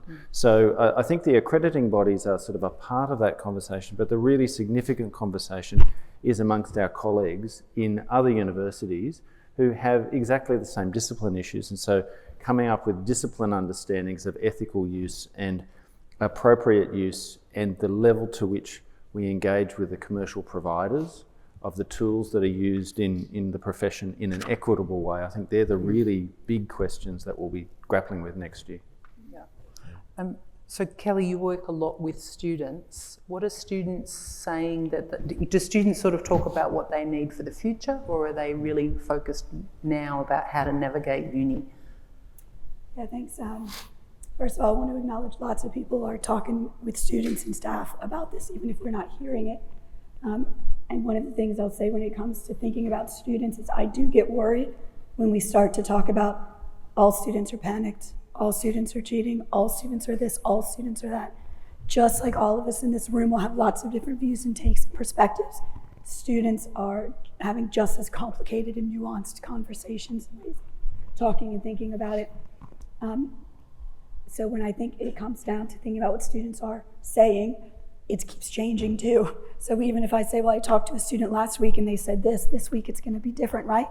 So one of the things is they are trying to navigate it, and as Tim pointed out, it is an emotional journey. I was really struck in conversations with students across the 4 universities about how much they were thinking about, am I a good student now? Am I a lazy student? Am I going to get too dependent on this? Am I being ethical? So they're making moral judgments about whether they do or do not use that, on top of, do I understand what's expected of me in all of the different interactions I have with staff, right? Because, and I'll finish with this, there's also a huge amount of mythology. So because all students aren't getting those honest conversations, they're filling in the gaps, and they are listening to, one student quoted a futurologist. I mean, we're in higher education. There's so many people you could talk to, right? But it was a futurologist who put this idea, a very gendered, weird idea, into their minds, right? So I think the thing that it just comes back to is it's going to keep changing for students, but if we're not having the conversations with them, they are getting that from other places. Thank you. And what about, like, we talk about teaching students to ethically use AI.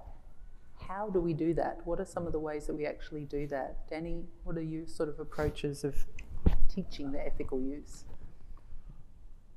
I think a large part needs to be educator modelling of how they're doing it, and so being really brave and transparent about how we're using it. So if we're using it to draft a rubric, say, you know, this is the rubric that I drafted and it's here, this is maybe the prompt that I use, this is how I did it, this is why, probably more importantly, why I did it, because I wanted to make this rubric better for you, because, you know, this AI was able to integrate a whole bunch of information that I couldn't necessarily do, and those kind of things. And so explaining the why and demonstrating that you are doing it in a very open, transparent way, I think is really important. Good first step. And would you also tell them that you had to do it sort of last minute because you were in a rush, like they do with their assessment as well? Honestly, I think you might, actually. I think that kind of brave honesty and transparency is part and parcel of being human. And I think what AI has really shown us is how important it is to be human with each other. Yeah. So yeah, definitely. Yeah. What about you, Jan? What are your thoughts about? Well, I think, you know, I've actually been trying to zoom up above the conversation a little bit and listening to the keynotes, and particularly resonated with some of the comments that Tim made. And I think, you know, there's 4 keywords I think really help us to think with this, and I could reframe these in another time. But one of them is trust, and I think that idea of how we actually have to help out, we have to trust our students. And to be able to, we focus a lot on cheating, and I know this came out of a conversation earlier, that was one with Jason, in fact. We focus a lot on cheating, but we need to actually be focusing more on learning. And staff, we have to be able to make trustworthy judgments, and that goes to the assessment reform report. And so we have to really think about trust. That's a really big thing that helps us to think with how to proceed.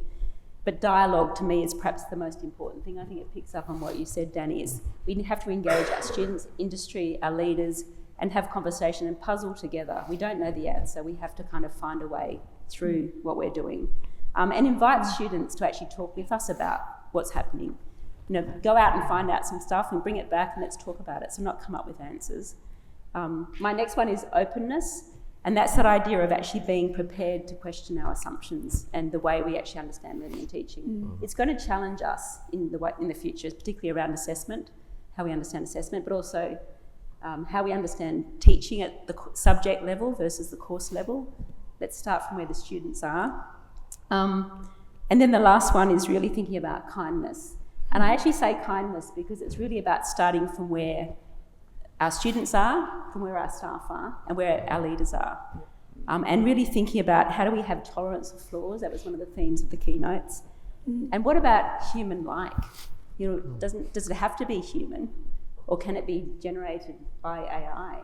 And I was struck by a conversation at Sydney Uni with a student who actually said one of her experiences that was most human-like was actually with a chatbot, which is really interesting, I think. So, yeah.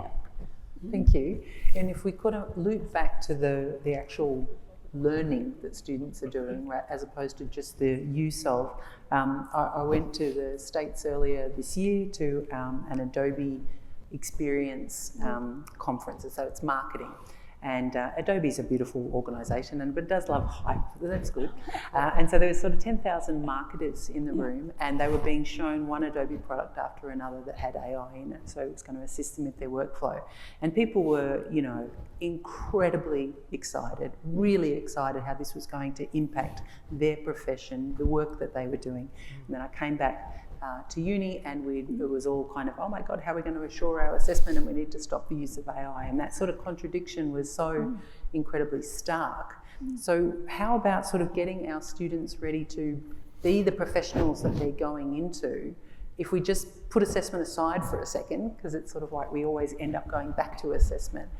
What about, and there's a couple of questions that we've got here in terms of, you know, what about the student learning? What are we doing in that space? Because sometimes our academics themselves won't necessarily be up to speed with what the profession's doing. And the other side is that graduates need to be AI capable. The sector moves faster often than higher ed does. Danny, have you got thoughts on that? I think one of the main things we need, and I like that second question that's bubbling up in the Slido, which is the fundamental. Actually, no, now not the second question anymore. The question was about what does it mean to learn? What do we want actually students to learn? Yes. And so including industry perspectives, including community government perspectives into that. But the idea fundamentally, I think, for us is thinking about what we want a graduate to be like. And recently in a conversation with Jason and Tim. I randomly thought, I like alliteration, and so I randomly thought of this three circles called stuff, skills, and soul.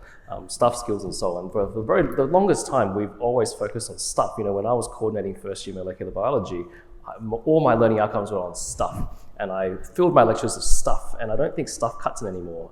We've migrated slowly over to skill, which is good. You need to have graduates who can be culturally competent, good communicators, good collaborators, those kind of things. But I think we've missed the soul element of higher education, which is, are we, like Jan was saying, are we graduating people who have kindness, who have this openness, who have the ability to work with conflict, who have the ability to work in community with each other? And I think if we can rediscover what it is that we're actually about as higher education, not stuff or not just stuff, and think about what we want students to learn, I think that's a key part of answering that. Yep. Okay, Kelly?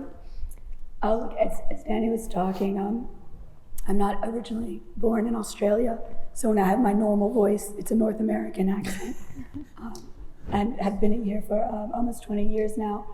You really remind me of conversations I have with Indigenous colleagues and with First Nation peoples, particularly students who are super generous, and that idea of relationality and that idea of bringing yourself and being able to be yourself in learning and not just a student, but to have that kind of connection as well. So when I hear comments like from a student at University of Sydney, and I'm glad they're not at UQ, who said, oh, my best experience, my most human was with the chat box. I'd be worried actually about that a lot. What is it about higher education that keeps it higher? What is it that not only do we want students to learn to be able to do in this stuff, Danny, but the way that they want to be in the world? So I love actually that it comes back to some of these deeper philosophical questions that's making us think about what does it mean to be human? What does it mean to be a learner in an organization? That is a work for many of us, but then also going back to some of this First Nations principles. So yeah, thank you for giving me that thought. So in the keynotes that we had, I think Merlin had asked the question, what is the role of the big companies? And I think Tim said to be annoying or something along those lines, which was quite good.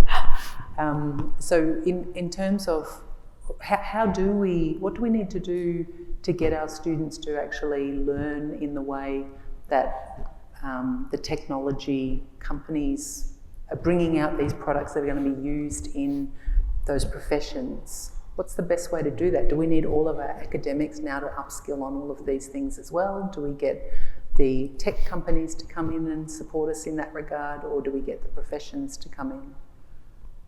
Jan, what do you think? I was hoping you wouldn't throw that one to me. Sorry, Alex, what do you think?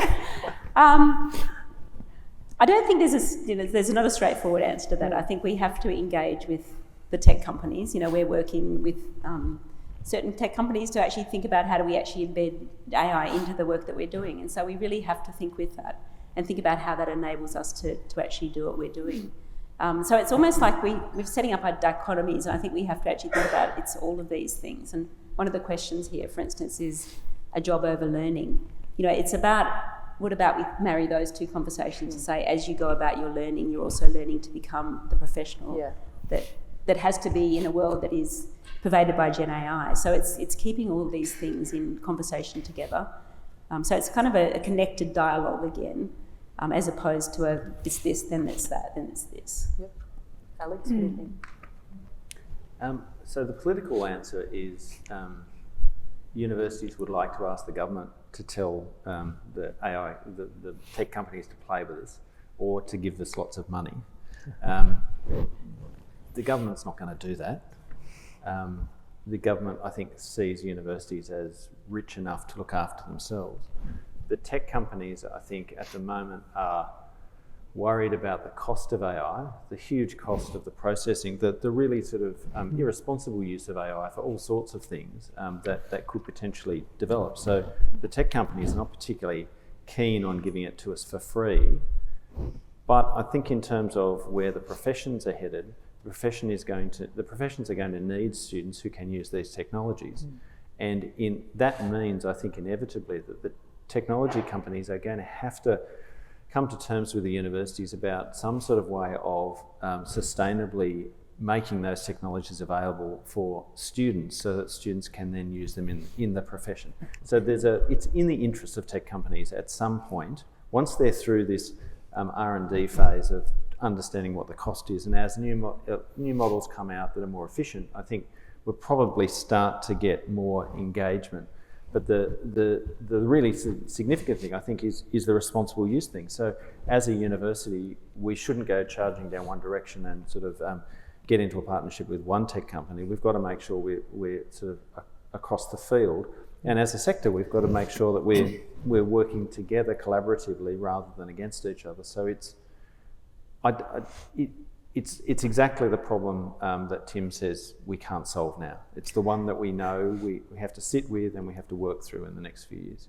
Right. So if we move along to sort of AI pedagogy and AI technology, so a lot of the high impact practices, or the HIPs, which are those that foster really high levels of student engagement and sort of demonstrably leading to student success across a range of measures, pedagogy is absolutely at their core, of course. So what's then the sweet spot in terms of AI pedagogy, which seems to be the critical engagement and creative use of AI, and the AI technology implementation or use? Danny, that one's definitely got your name written on it. It's a really good question. And I think it goes back to that, are we actually, a lot of the questions are about learning, and the keynotes are about learning as well. And I think we need to remember that the fundamentals of good learning haven't changed. Learning science has taught us for decades, what it takes to learn, constructivism, motivation, all those kinds of things still are exactly 100% true, even though AI is here. And so AI as a tool, I think we need to think about how we can see how it can promote the learning behaviors that we know are effective for learning. So how can AI increase student motivation? How can it reduce barriers to learning? How can it help them feel more autonomous or have agency? How can it increase competence or feelings of competence and those kind of things? And so I think the AI pedagogy thing is nice to think about, because we just think about pedagogy, and then AI comes as a tool to support what we already know works for pedagogy. Yeah, great. So I just want to circle back the high impact practices. Anybody remember where this came from? So out of the United States, that was kind of George Koo and group out of Indiana University. That came of decades and decades of research in the United States that spread all over the world, that wanted to understand student involvement, student motivation, student engagement, largely so that students would graduate and we could keep them in universities. Do you know what that research found worldwide? China, Chile, United States, Australia. The highest relationship for students and engagement was the relationships and interactions that they had with their tutors, their peers, and their teachers.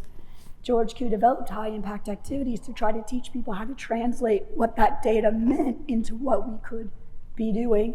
And a dear friend of mine, Peter Felton, recently said it's relationship-rich education, and that was before the Gen AI kind of that where we are now.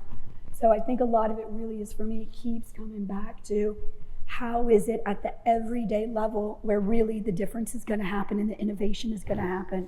It's not going to happen where I work in a central unit, but it will happen when I'm teaching in my class. How do we bring that? And I really love UQ's approach. And I must also acknowledge Dom and Christine, who've done so much work at UQ around this, which is about how do we help the disciplines tell us what that is. So instead of it being everyone's going to be doing this, we're going to say, what does it look like in computer science? Tell us in history what it looks like for you. Can we help you have that? But really, you need to help us understand what are the technologies that students are going to need? What do they need for learning? How are we going to do that? So that principle-based model at UQ really is saying we'll have policies, but really it's got to be driven because the innovation is going to happen in the classrooms. Great. Alex, you're, excuse me, very much into the sort of policy side. So picking up on what Kelly said about that sort of innovation coming in the classroom, then what do you think we do at the broader level while still thinking about this, AI technology, AI pedagogy? So to use a really bad analogy, because we've been using metaphors and analogies, To me, it's like the kindergarten. You want the children in the kindergarten to be able to play, so they learn through creativity and play. But there are still rules. There are things you're not allowed to. You can't bite each other. You can't slap each other. You can't take someone's toy off them if they're already playing with it until they're ready and you've asked. So there are some fundamental rules of engagement, I think, in a kindergarten. But otherwise, it's play. And I think that's the ideal for sort of regulation in a university, that we create really clear boundaries around the areas that we can't go because it would destabilise the university and the student experience in a really fundamental way. But we just get out of the road of the little rules that are just getting in the road of play. So and that's an ongoing conversation, exactly as Kelly was saying. It's different in each discipline, but there are also commonalities because students move from one discipline to another. So just because one discipline thinks that's the perfect way to do it, it may not be from a student's point of view. So balancing the student's understanding of what works for them and what the discipline's needs are, and having that conversation and keeping that conversation going, and not thinking that we've created a policy and that policy is now not going to be renewed for the next 5 years. So they're finding a way to have a conversation which is not committee-based, but is sort of relationship-based. Yeah. So Tim sort of talked about the continuous change, the onslaught of change, but also the need for some form of stability. So if AI tech continues to evolve rapidly, which we can assume it's going to, can AI pedagogy and practice provide some form of stability in this sort of rapidly changing tech landscape we're in? What do you think, Danny? I'll be boring and just say what I said before, kind of in a way, that the fundamentals don't change. And in a way, that's quite soothing for us, because amongst all this fast-paced change, what we fundamentally do as relational educators, and I love that relationship thing, I think that's definitely core, is that we need to have relationships with our students in the classroom. And whatever AI can do to support that, that's how we should use incoming technology. It might get, GPT-4o came out, and so they came out with really good voice interaction. And so how do we think about using that in the classroom or asynchronously to improve learning and allow us to relate better with our students? So as new tech comes along, I think just keep going back to the basics. What are our learning outcomes? What are we trying to learn? The stuff, skills, soul. And what do we know absolutely works for good teaching? Relationships, constructivism, all this kinds of stuff. And then just put the tech onto that, what we know works. Sorry, maybe oversimplified. Jan, do you want to add something? Oh, I just feel like the themes are, there's emerging again, and it'd be lovely to actually kind of have a word cloud of keywords. But I do think we have to think together. We have to actually be open and emergent to what's happening, and we can't actually. There was a question around actually thinking beyond the puck to where the puck is heading, which I think is actually a really nice way to think. We have to keep thinking about how do we open ourselves up to thinking in the future, and not try to lock ourselves into grappling with the right now. And I think we saw that with the pandemic as well, and we're seeing it emerging now. We set up some rules and wait a minute, they've changed. And so it's really keeping an openness to that emergence, which is tricky when people want to say, give me the answer, what do I do right now? So yeah, and I think, please, Kelly. Yeah, we're being so agreeable, so I'm going to be a little bit disagreeable now. We actually do have a real risk, though, and I do think at this point it's a risk we all need to think about, but we really need our senior leadership to step up. And that risk right now is at the national level. There is not a lot of love for higher education. There is not a lot of trust. More people graduate from universities now than they did 15 years ago, yet they're not voting for higher education. It is not a political issue, and the government is just coming more and more. It needs to be regulated. What does the minister always say? Our social license, we're breaking the social license.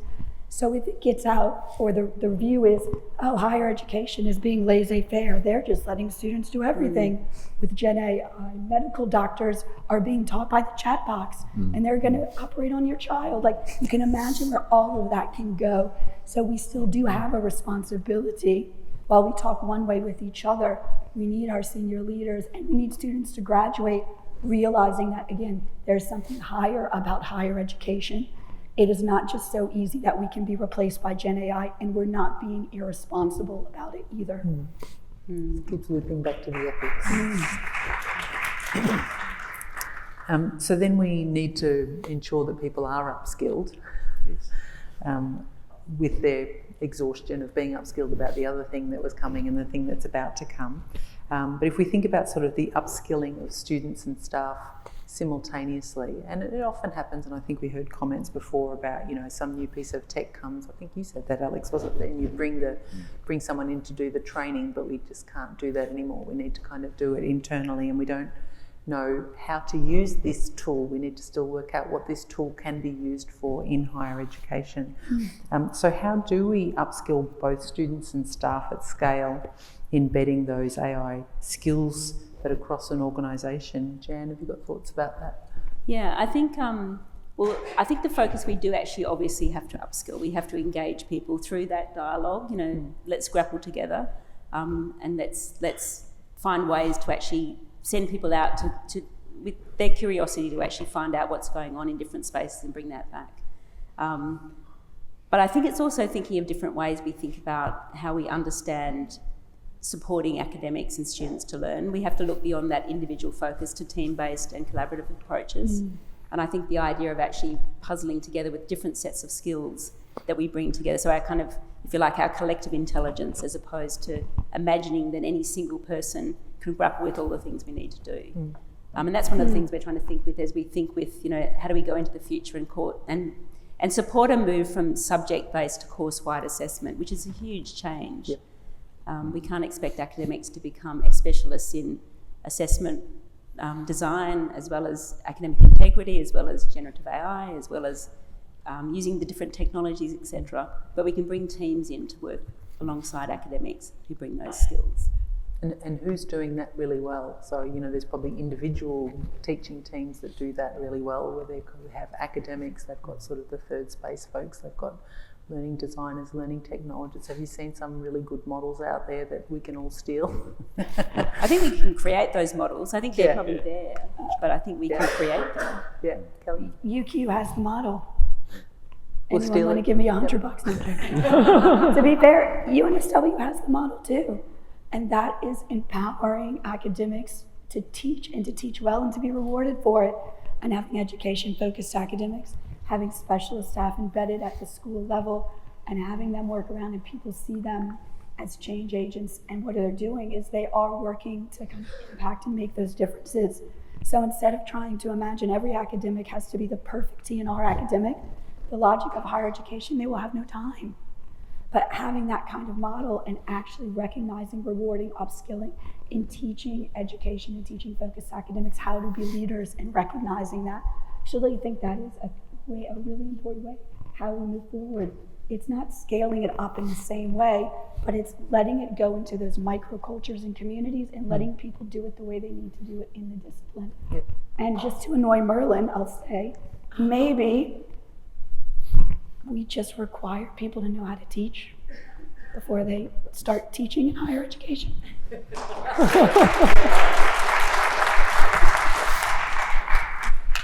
Excellent. Danny, do you want to add to that? I'll take from Alex's metaphor, the kindy metaphor, which is quite nice. One thing they'll do in early childhood will do is that if they see a child, a group of children playing well together, they're going to say, let's build on this. Let's get more children to do this. And I think it's exactly the same here. It's play with the no biting rules. And when you see someone playing well, it's say, let's come and play together. And the other analogy is just, we were debating this over lunch, whether how far we can take this analogy, but it's kind of like when the internet came around. You know, we didn't read books or how to read we didn't go to forums like this to discuss the internet. We just used it. We made mistakes, and we shared with our friends and colleagues and family the mistakes that we made, and we just got on with it. I think it's very similar. These AIs are another general purpose technology, which is society transforming, and just like the internet, just like fire, just like the printing press, we just get on with it, and we learn, like we've all been saying, learn from each other and play like the kindies do. Yep. Alex? Well, I'll be a bit contrarian now. No. Thanks, Louise. Look, the problem with all of these conversations is always that it feels as though everybody's being told to work it out for yourself, that no one knows the answers, all the responsibility's on you. And I think Danny's sort of example of, if you find two kids who can play together, you help build that by bringing other kids in is absolutely key to this. One of the real dangers that we have is that we will just send out pronouncements from the centre of the university saying, everybody change your assessment next week. Everybody do this, we're moving to that, or stop doing that, stop doing this, which is very easy to say. I mean, governments love making legislation, but then the police interpret how they enforce it and things go wrong, right? So we've got a real translation problem of policy to practice. And if you just tell people to do things without showing them examples, and without recognising that people are already totally overwhelmed with everything they're doing, and there's no cognitive space to actually imagine something new, you need to show someone an example. And in a kindergarten, if you've got two kids playing together and you've got one kid who isn't playing with anybody, you don't go to that child and say, play, find a friend, play. You take them over to somebody and you introduce them. So I think really recognising the stress that's caused by change and the need for universities to be really agile, but in order to do that agility, we've got to support everybody and we've got to recognise that it's easier for some people and harder for others. I think that's the cultural challenge that we have as universities, to be kind, to come back to what Jan was saying, to actually be kind to ourselves and to be kind to our colleagues and to find kind ways to change. If we can manage that, then I think we can do anything. If I can just comment too, I think I'm going to climb into the dirty bathwater here. I think it's also thinking about the sector and also thinking about the role of TEXA. And TEXA is our regulator, but at the same time, in the past year, they've engaged the community, the higher education community, in grappling with what's happening with Gen AI. And there's been numerous webinars. Many of you would have attended those, probably contributed to them. There was the assessment reform report that was created. That was a very collaborative event. And they're really encouraging us through the request for information. They've asked us to say, tell us what you're doing. Can we share practice? So they're actually filling the void that Kelly talked about. So we really need to lobby the government to actually create, the Learning and Teaching Office, the Office of Learning and Teaching, or CARIC, or something again that enables the collaboration to continue. That isn't up to us to continue to initiate it, but we can actually be brought together and put some funding to it to actually think about how do we stay ahead of this and enable those collaborative conversations to continue. Yeah, it's a great point. I don't think we've heard that amplified enough. The TEXA request for information is like, universities come and tell us what you're doing, but they're also saying, and we can now share that practice more broadly. I'll take a couple of questions from the audience which kind of cover these topics. So one is that a recent survey indicated that 30% of uni employees have never used Gen AI. So what do you think are the barriers to AI literacy and how do we address them? Is it really just taking the kids over to play with the other kids who are playing? What are some of the barriers there now? What do you think, Kelly? Oh, look, I'm happy. I think we, again, need to have honest conversations. And I was at a session, actually, Dom ran it a couple weeks ago, and it was come and have a go. And the session was pitched at, maybe you haven't tried it yet. This is a safe place to come and learn how to use it and talk to other people. And no one is going to shame you or make you feel bad about it. It's common, like, have that sort of thing. So I think the first step is acknowledging that and saying, okay, what can we do to bring you in a way that's not going to make you feel like you should know something that you don't know. Smart people don't like to feel dumb. Yeah. Danny, what do you think? I was debating on whether to do a serious answer to this or a funny answer, or funny, okay. It's a bit like teenage snogging, in that everyone's doing it, no one really knows how to do it. They're not telling their teachers or their parents, and we're not really, university is showing them how to do it. We shouldn't really snogging, but it's kind of like, it's this kind of secret thing that happens behind the scenes, and we're all ashamed to do. We're ashamed to admit sometimes that we use AI in our work, and so part of that, I think the no shame thing, I think is really important, that we need to break down that barrier of this is not a shameful thing. This is just a tool that's out there that can do stuff with you, for you sometimes, fair enough, but with you, and we all need to kind of get on with it. We need to bring this teenage snogging out into the open and actually just embrace it. Sorry. It's a great day for analogies, isn't it? Jan, what do you think some of the barriers are? How can we overcome them? Well, I think we have to move beyond that individual choice as well and try to think about how do we create the conditions for people to use AI, students and staff, as they go about their work. And so they're supported and they meet it in their day-to-day tasks, as opposed to saying, it's up to me to find out more about it and upskill. And I think so embedding it in the classrooms, in the activities we do, and also in our day-to-day work. Yeah, great. Alex? Yeah, I was just going to sort of give a plug to our new AI community of practice, which is just the perfect example of that. So there's over 200 people in it already. It's got a sort of an online Teams-based sort of environment. It's got lots of presentations. It's getting Danny's coming to talk to it. I've been dragged to talk to it. Everybody's being dragged in to talk to this community, and they're running the show. They're working out what they want to do. Huge amounts of sharing of practice in really safe environments. The PVC guys are doing all these great sort of lightning workshops, which just 45 minutes come, and there was one this week. Here's 3 prompts, and everybody who was there had to enter the prompt in and get the response, and then talk to each other about the response. Really simple things that just overcome that fear barrier. And then I think it's easy from then on. Great. This one is kind of taking the conversation in quite a different direction. I quite like this. What are we not paying attention to thanks to Gen AI? Where are our blind spots right now? And how would we know? Because we're blind. Kelly? And I was going to say, I think there's a couple of things we haven't talked on yet that's on my mind, and it almost circles back to that last question too about the 30% who aren't using it. I think that for students and staff with disabilities, generative AI has so many possible opportunities for them that if we're not using it or thinking about it for those students, potentially we're being unethical in that sense. So I do think there's that way that we really do need to think about what it can do to be more inclusive for students with disabilities and where some of the issues might be.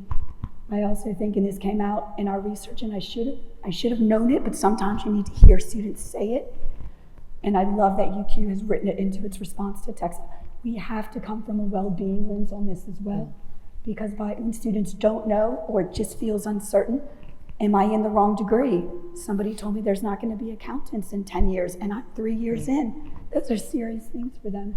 So there's something else around that too, where we also need to be thinking about the well-being of students. So I think those are two things we haven't mentioned. I don't know if they're quite blind spots, but I felt like they needed an airing. And a final thing is, when AI is being used wrong, we have to say something. And here I'm thinking about what's going on with gender-based violence. I'm thinking of what's going on with deep fakes, with some of the wrong misogynistic ways that it's being used. We have to call that out. Yep. So, I mean, maybe they're not blind spots because, as Alex is suggesting, we don't know what we don't know. But things that we're not focusing enough on because we're all busy focusing on something else, so student wellbeing. But then, I mean, I suppose your point is, how do we then potentially use AI to assist with that? Jan, do you want to add anything to that? I guess for me it's thinking about, and it goes back to that point about we have to re-examine some assumptions we make, and one of those is around, how our students are now post-pandemic, how are they showing up? And it's changed, and I think we have to open ourselves up to knowing what we don't know about that and investigating it much more deeply and doing some sense making with our students, involving them and helping us to understand. Yep. And then really questioning, what does that mean for how we go about our teaching and the services and the support that we offer. Yep. Danny, there's a few questions here about your lane 1 and lane 2. So lane 1 and versus lane 2 is a powerful way of thinking about the problem. Can we talk about institutional policies getting in the way of having anything in lane 1? Policies getting in the way of having things in lane 1. That's an interesting question. I think the thing that gets in the way more probably is culture. Policy, I think, gets in the way a little bit as well. One thing that I fear when we push lane 1 and lane 2 onto the institution is I fear people will just say, okay, we're just going to have more exams. And I don't want that. I think in some situations, maybe some accredited courses, we probably will never be able to get rid of exams. Sydney Uni loves exams. We need to reduce them, but I don't think we'll ever eliminate exams. I'm just going to say it. I don't think we can. So I think culture-wise, there needs to be a strong culture away from that idea of reliance on these very inauthentic ways of assessment. Another kind of this is a semi-cultural, semi-policy piece is that if you have lane 1 assessments, it means that you also have lane 2 assessments. In my unit this semester, because I'm part of a program, we've got 2 units with 2 assessments which are lane 1 assessments, but every single of the other assessments, 12 other assessments across the program, all lane 2, which means in my unit, I have 3 assessments, they're all lane 2, which means that I can't tell if a student, and I don't want to tell in a way, that a student is using or not using AI. Well, we've shown them different ways to use AI well, and we've explained to them why that will be good for their learning. We know that the lane 1 is coming next time, that they're going to be checked on what they learned. And so I need to be culturally comfortable saying to myself, I don't actually know if you've learned in my unit. But I'll know when you sit the lane 1 next semester, because everything that I need you to learn will be tested in the lane 1. So that's a cultural piece for me that is really hard to get over as a coordinator. So the other question that's here for you is, what was the reaction of the academics of allowing AI except for secure assessments? But we've just heard your response to that. So what is it like for everybody else's if you're kind of half freaked out? So when we've taken it through our academic standards committee and our associate dean's education, they're all interestingly quite positive about it, because I think it gives clarity. It gives kind of striking, uncomfortable clarity to the situation. That said, I think everything we said before here about the kind of, we need to help people with this. And the thing that I missed in the kindy analogy is that you have the educator there, the early childhood educator, saying, oh, I can see, Billy and Jane are playing well together because I know education. I can now bring this other person along and work with them. And so that role of that person who helps to integrate and support learning and development and transformation is really critical here. So I think that's a big part of it. Does anybody have a crystal ball? What's the next black swan in AI technology coming down the technology pipe, which will most impact higher ed? So, if I can sort of be a bit contrarian about the 2 lanes. So the 2 lanes remind me of 2 things. One is, the world is divided into 2 types of people: the people who think the world is divided into 2 types of people, and the people who don't. And that Tony Abbott's mantra for winning the election was that no slogan should be longer than 3 words. So I think 2 lanes has been incredibly helpful for us as a sector, understanding the difference between exams and everything else. But I think from a student point of view, that's incredibly confusing, because it leaves it very unclear to students how much everything else is. And I think because the students are trying to understand, for this particular type of assessment, how do I learn? What the learning outcome for assessment is a particular approach to something. So am I supposed to be critiquing AI in this assessment, or am I supposed to be trying really hard to do it myself, and then I'm allowed to get a bit of help? What's the design behind this assessment? So I think 2 lanes makes perfect sense at a university policy level, but at a level for students in terms of courses, what we really need to do is to make it a bit clearer for students. What is the approach that they're supposed to bring to the assessment? So what we're going to do is try to break down the second lane into sort of sub-lanes, I suppose, in a sense. So it's, the overtaking lane, the slow lane, that sort of thing. So what approach to using AI? What level of AI are we going to be happy with in this assessment? What's going to sort of drag your mark down if it looks too AI? How are you showing us your learning journey, your learning process? And I think this is a really critical thing that this is the big mind shift that we haven't talked about.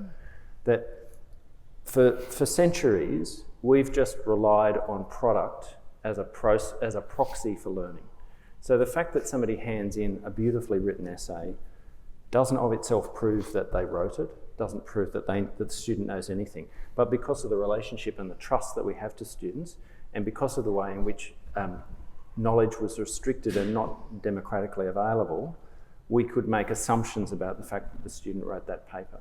But what we really should have been doing the whole time was being with the student and being on that journey with them, and having that sort of that teacher at the side of the student playing in the kindergarten, trying to help them to play with the toy better. So it's that sort of supervision of process, which is really what we need to do. That the problem is there's potentially a huge workload there. And so that requires universities to really rethink where the resources are going in terms of learning and teaching.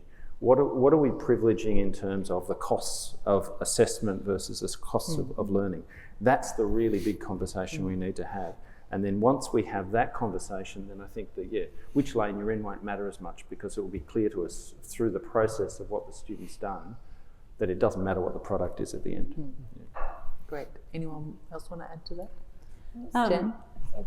Yeah, no, I was just going to comment. I think we have to start from where students are with all of this, of course, and helping our students when they come into their higher education experience, really think about what that means. What is it you're here to do, and to that sense of not just learn to become something, become an engineer, etc., but learn to think and to be able to reason and to be able to develop evaluative judgment.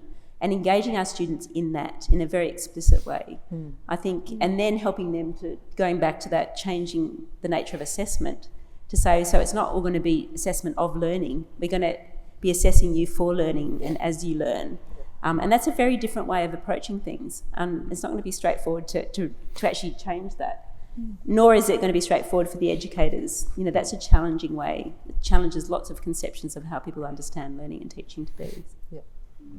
Kelly, did you want to say?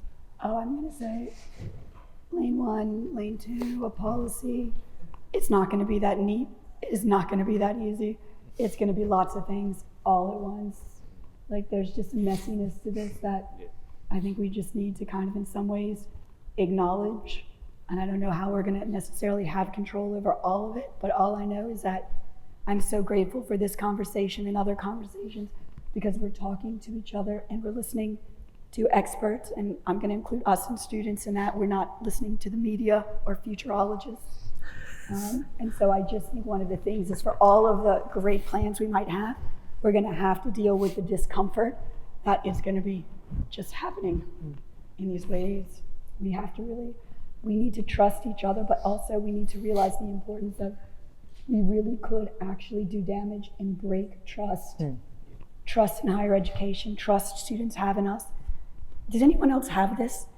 Lately, I've been getting emails from a friend of mine. We work together, and I know that they use Gen AI a lot. I'm like, did you write that email, or did Gen AI write that email? Do you know what I mean? Like, that's a trust issue. So there's lots of ways we've really got to think about how this can violate that trust. And I think we really have to stay mindful on that ethical, thoughtful, what's higher about higher education use, where we can be talking a lot more honestly, and maybe let go a little bit of the idea that we are going to control this in a really neat way. So a lot of it's about giving up control in some way. Embrace the mess, hold the problem, which is what Tim said as well. I'll just start to wrap up. I'm going to ask you a last rapid fire question, but my second last one is, when we come back together next year for the 2025 New South Wales Higher Ed Summit and talk about the amazing progress that we've made, we're not going to invite Alex to tell us about how we did not make progress while we made progress, that we've made around AI and assessment. What do you think or hope that we'll be discussing? Maybe you hope we'll be discussing something else, but what do you think? What are your thoughts, Jan? Well, I hope that we'll be discussing how we approach programmatic assessment differently, and with lots of different creative ways to think about that. Rather than the whole, start from the ground up and rebuild. What are the ways we can actually work with existing degrees and bring those moments of assessment security into courses across, the years? But also, how do we actually shape things up in a different way? And I know there's lots of good work being done by colleagues out here, so I'd love to we're probably having those conversations this year, but if we're sharing more practices yet next year, I think that would be a great outcome. Yeah, great. Well, we'll come back to you, Alex, but Danny, what do you think? I've got a number of P words. I do like my alliteration. So two kind of comparisons. I'd hope that we were thinking about possibilities, not policing. And the other thing is, I'd hope that we were thinking about AI as not as a peasant who does our work for us, but as a partner who does our work with us, and what that looks like. Thank you. Good one, finding peasant. I think at lunch we said slave. Slave, that's right. So Peasant's better. Well done. Very good. It is right. Kelly? I'm not good at alliteration, and I didn't like kindergarten. I'll just put that out there. Look, I hope a year from now, what we're doing is we're listening to each other and saying, where are you at? This is where we're at. How are you doing? How's it been? And I also hope to hear a lot more examples, and I really give a shout out to Danny here too at Sydney, a lot more examples of how groups of students and staff from different disciplines have come together to start to say these are the principles by which we want to move forward. And we agree and we have some shared understanding about this, and nobody's feeling alone in that process. Yeah. Alex, what do you think we'll be discussing? Yeah, I think it's, I would love us in a year to be talking about all the networks we've created, so that we've actually sort of gone from talking in our schools to talking across the university, talking across the sector, talking internationally, and coming out with a language. Because I think part of the problem is we don't have a language yet to explain what the issues are. So having built that language would be great. Great. We're at negative time, but I'm going to ask you a very last question, which is to share the one final takeaway message for the audience. Key learning from today, challenges to ponder, or for anyone that's still out there going, where do I start? You're only allowed 30 seconds each. Go, Alex. Oh, am I allowed to mention Monty Python? Only if you're quick. Right, okay. So I've used this before, but in Monty Python's Holy Grail, they need to get into the French castle. They can't storm it, they can't get through it. So what they do, so Belvedere says, I've got a great idea, let's build this massive rabbit. So they build this rabbit, they wheel it up, the French come out, they take it in, they close the door, and then Arthur turns to Belvedere and says, okay, so what happens now? And Belvedere says, well, we all jump out of the rabbit and take the castle. And so the idea of the Trojan rabbit is there's a crisis, we've got a solution, and we failed to use it. So we built this massive response to AI for Texa, and we wheeled it up to the castle, and then we forgot to get in it. So I think to me the single most important thing is we have to get involved in this process. We really need to sort of be part of it, rather than let other people do it. Okay, and we've got a shovel in case you get stuck. Jan? I think it's what I've talked about already, it's that starting point of being kind to ourselves and being kind to others, and actually having an openness and a tolerance for what's happening, and to enjoy it. The idea of play, let's find joy and play in what we're doing, and not just think about what we have to do to secure, to check, to kind of meet compliance. Great. Danny? I'll be the controversial one now. I think to your Black Swan question before, I think we need to prepare for AGI, which is artificial general intelligence, which is AI that can do everything a human being can do and possibly even better. Some predictions say it's coming in 2027, some say it's coming in 50 years. Regardless of which one is right, it's coming. And if we don't skate to where the puck is going, we're going to be doing this exact same thing in 3 years' time, asking ourselves the same question, how do we reinvent things, and redoing everything. So skate to where the puck is going. Thank you. Don't panic. That's no fun. I love Danny's. Look, I think one of the things we've learned over the last decade is the unexpected happens, and when we're together and we work together, we can get through that. So I think one of the key things we've got to keep working for in the world is towards social harmony. So we need to remember that's a key part of what higher education should do, so we can have a world that we want to live in. And I'll leave you with this. I think you absolutely have to know your why. You have to know yourself right now so that you can stand firm when you think about the thing he just talked about that sounds really scary that's going to come, or the frogs from the sky, or whatever happens next. Like, we have to know ourselves, and we have to be able to communicate those stories with our students. Great, thank you. Please join me in thanking all of our panelists.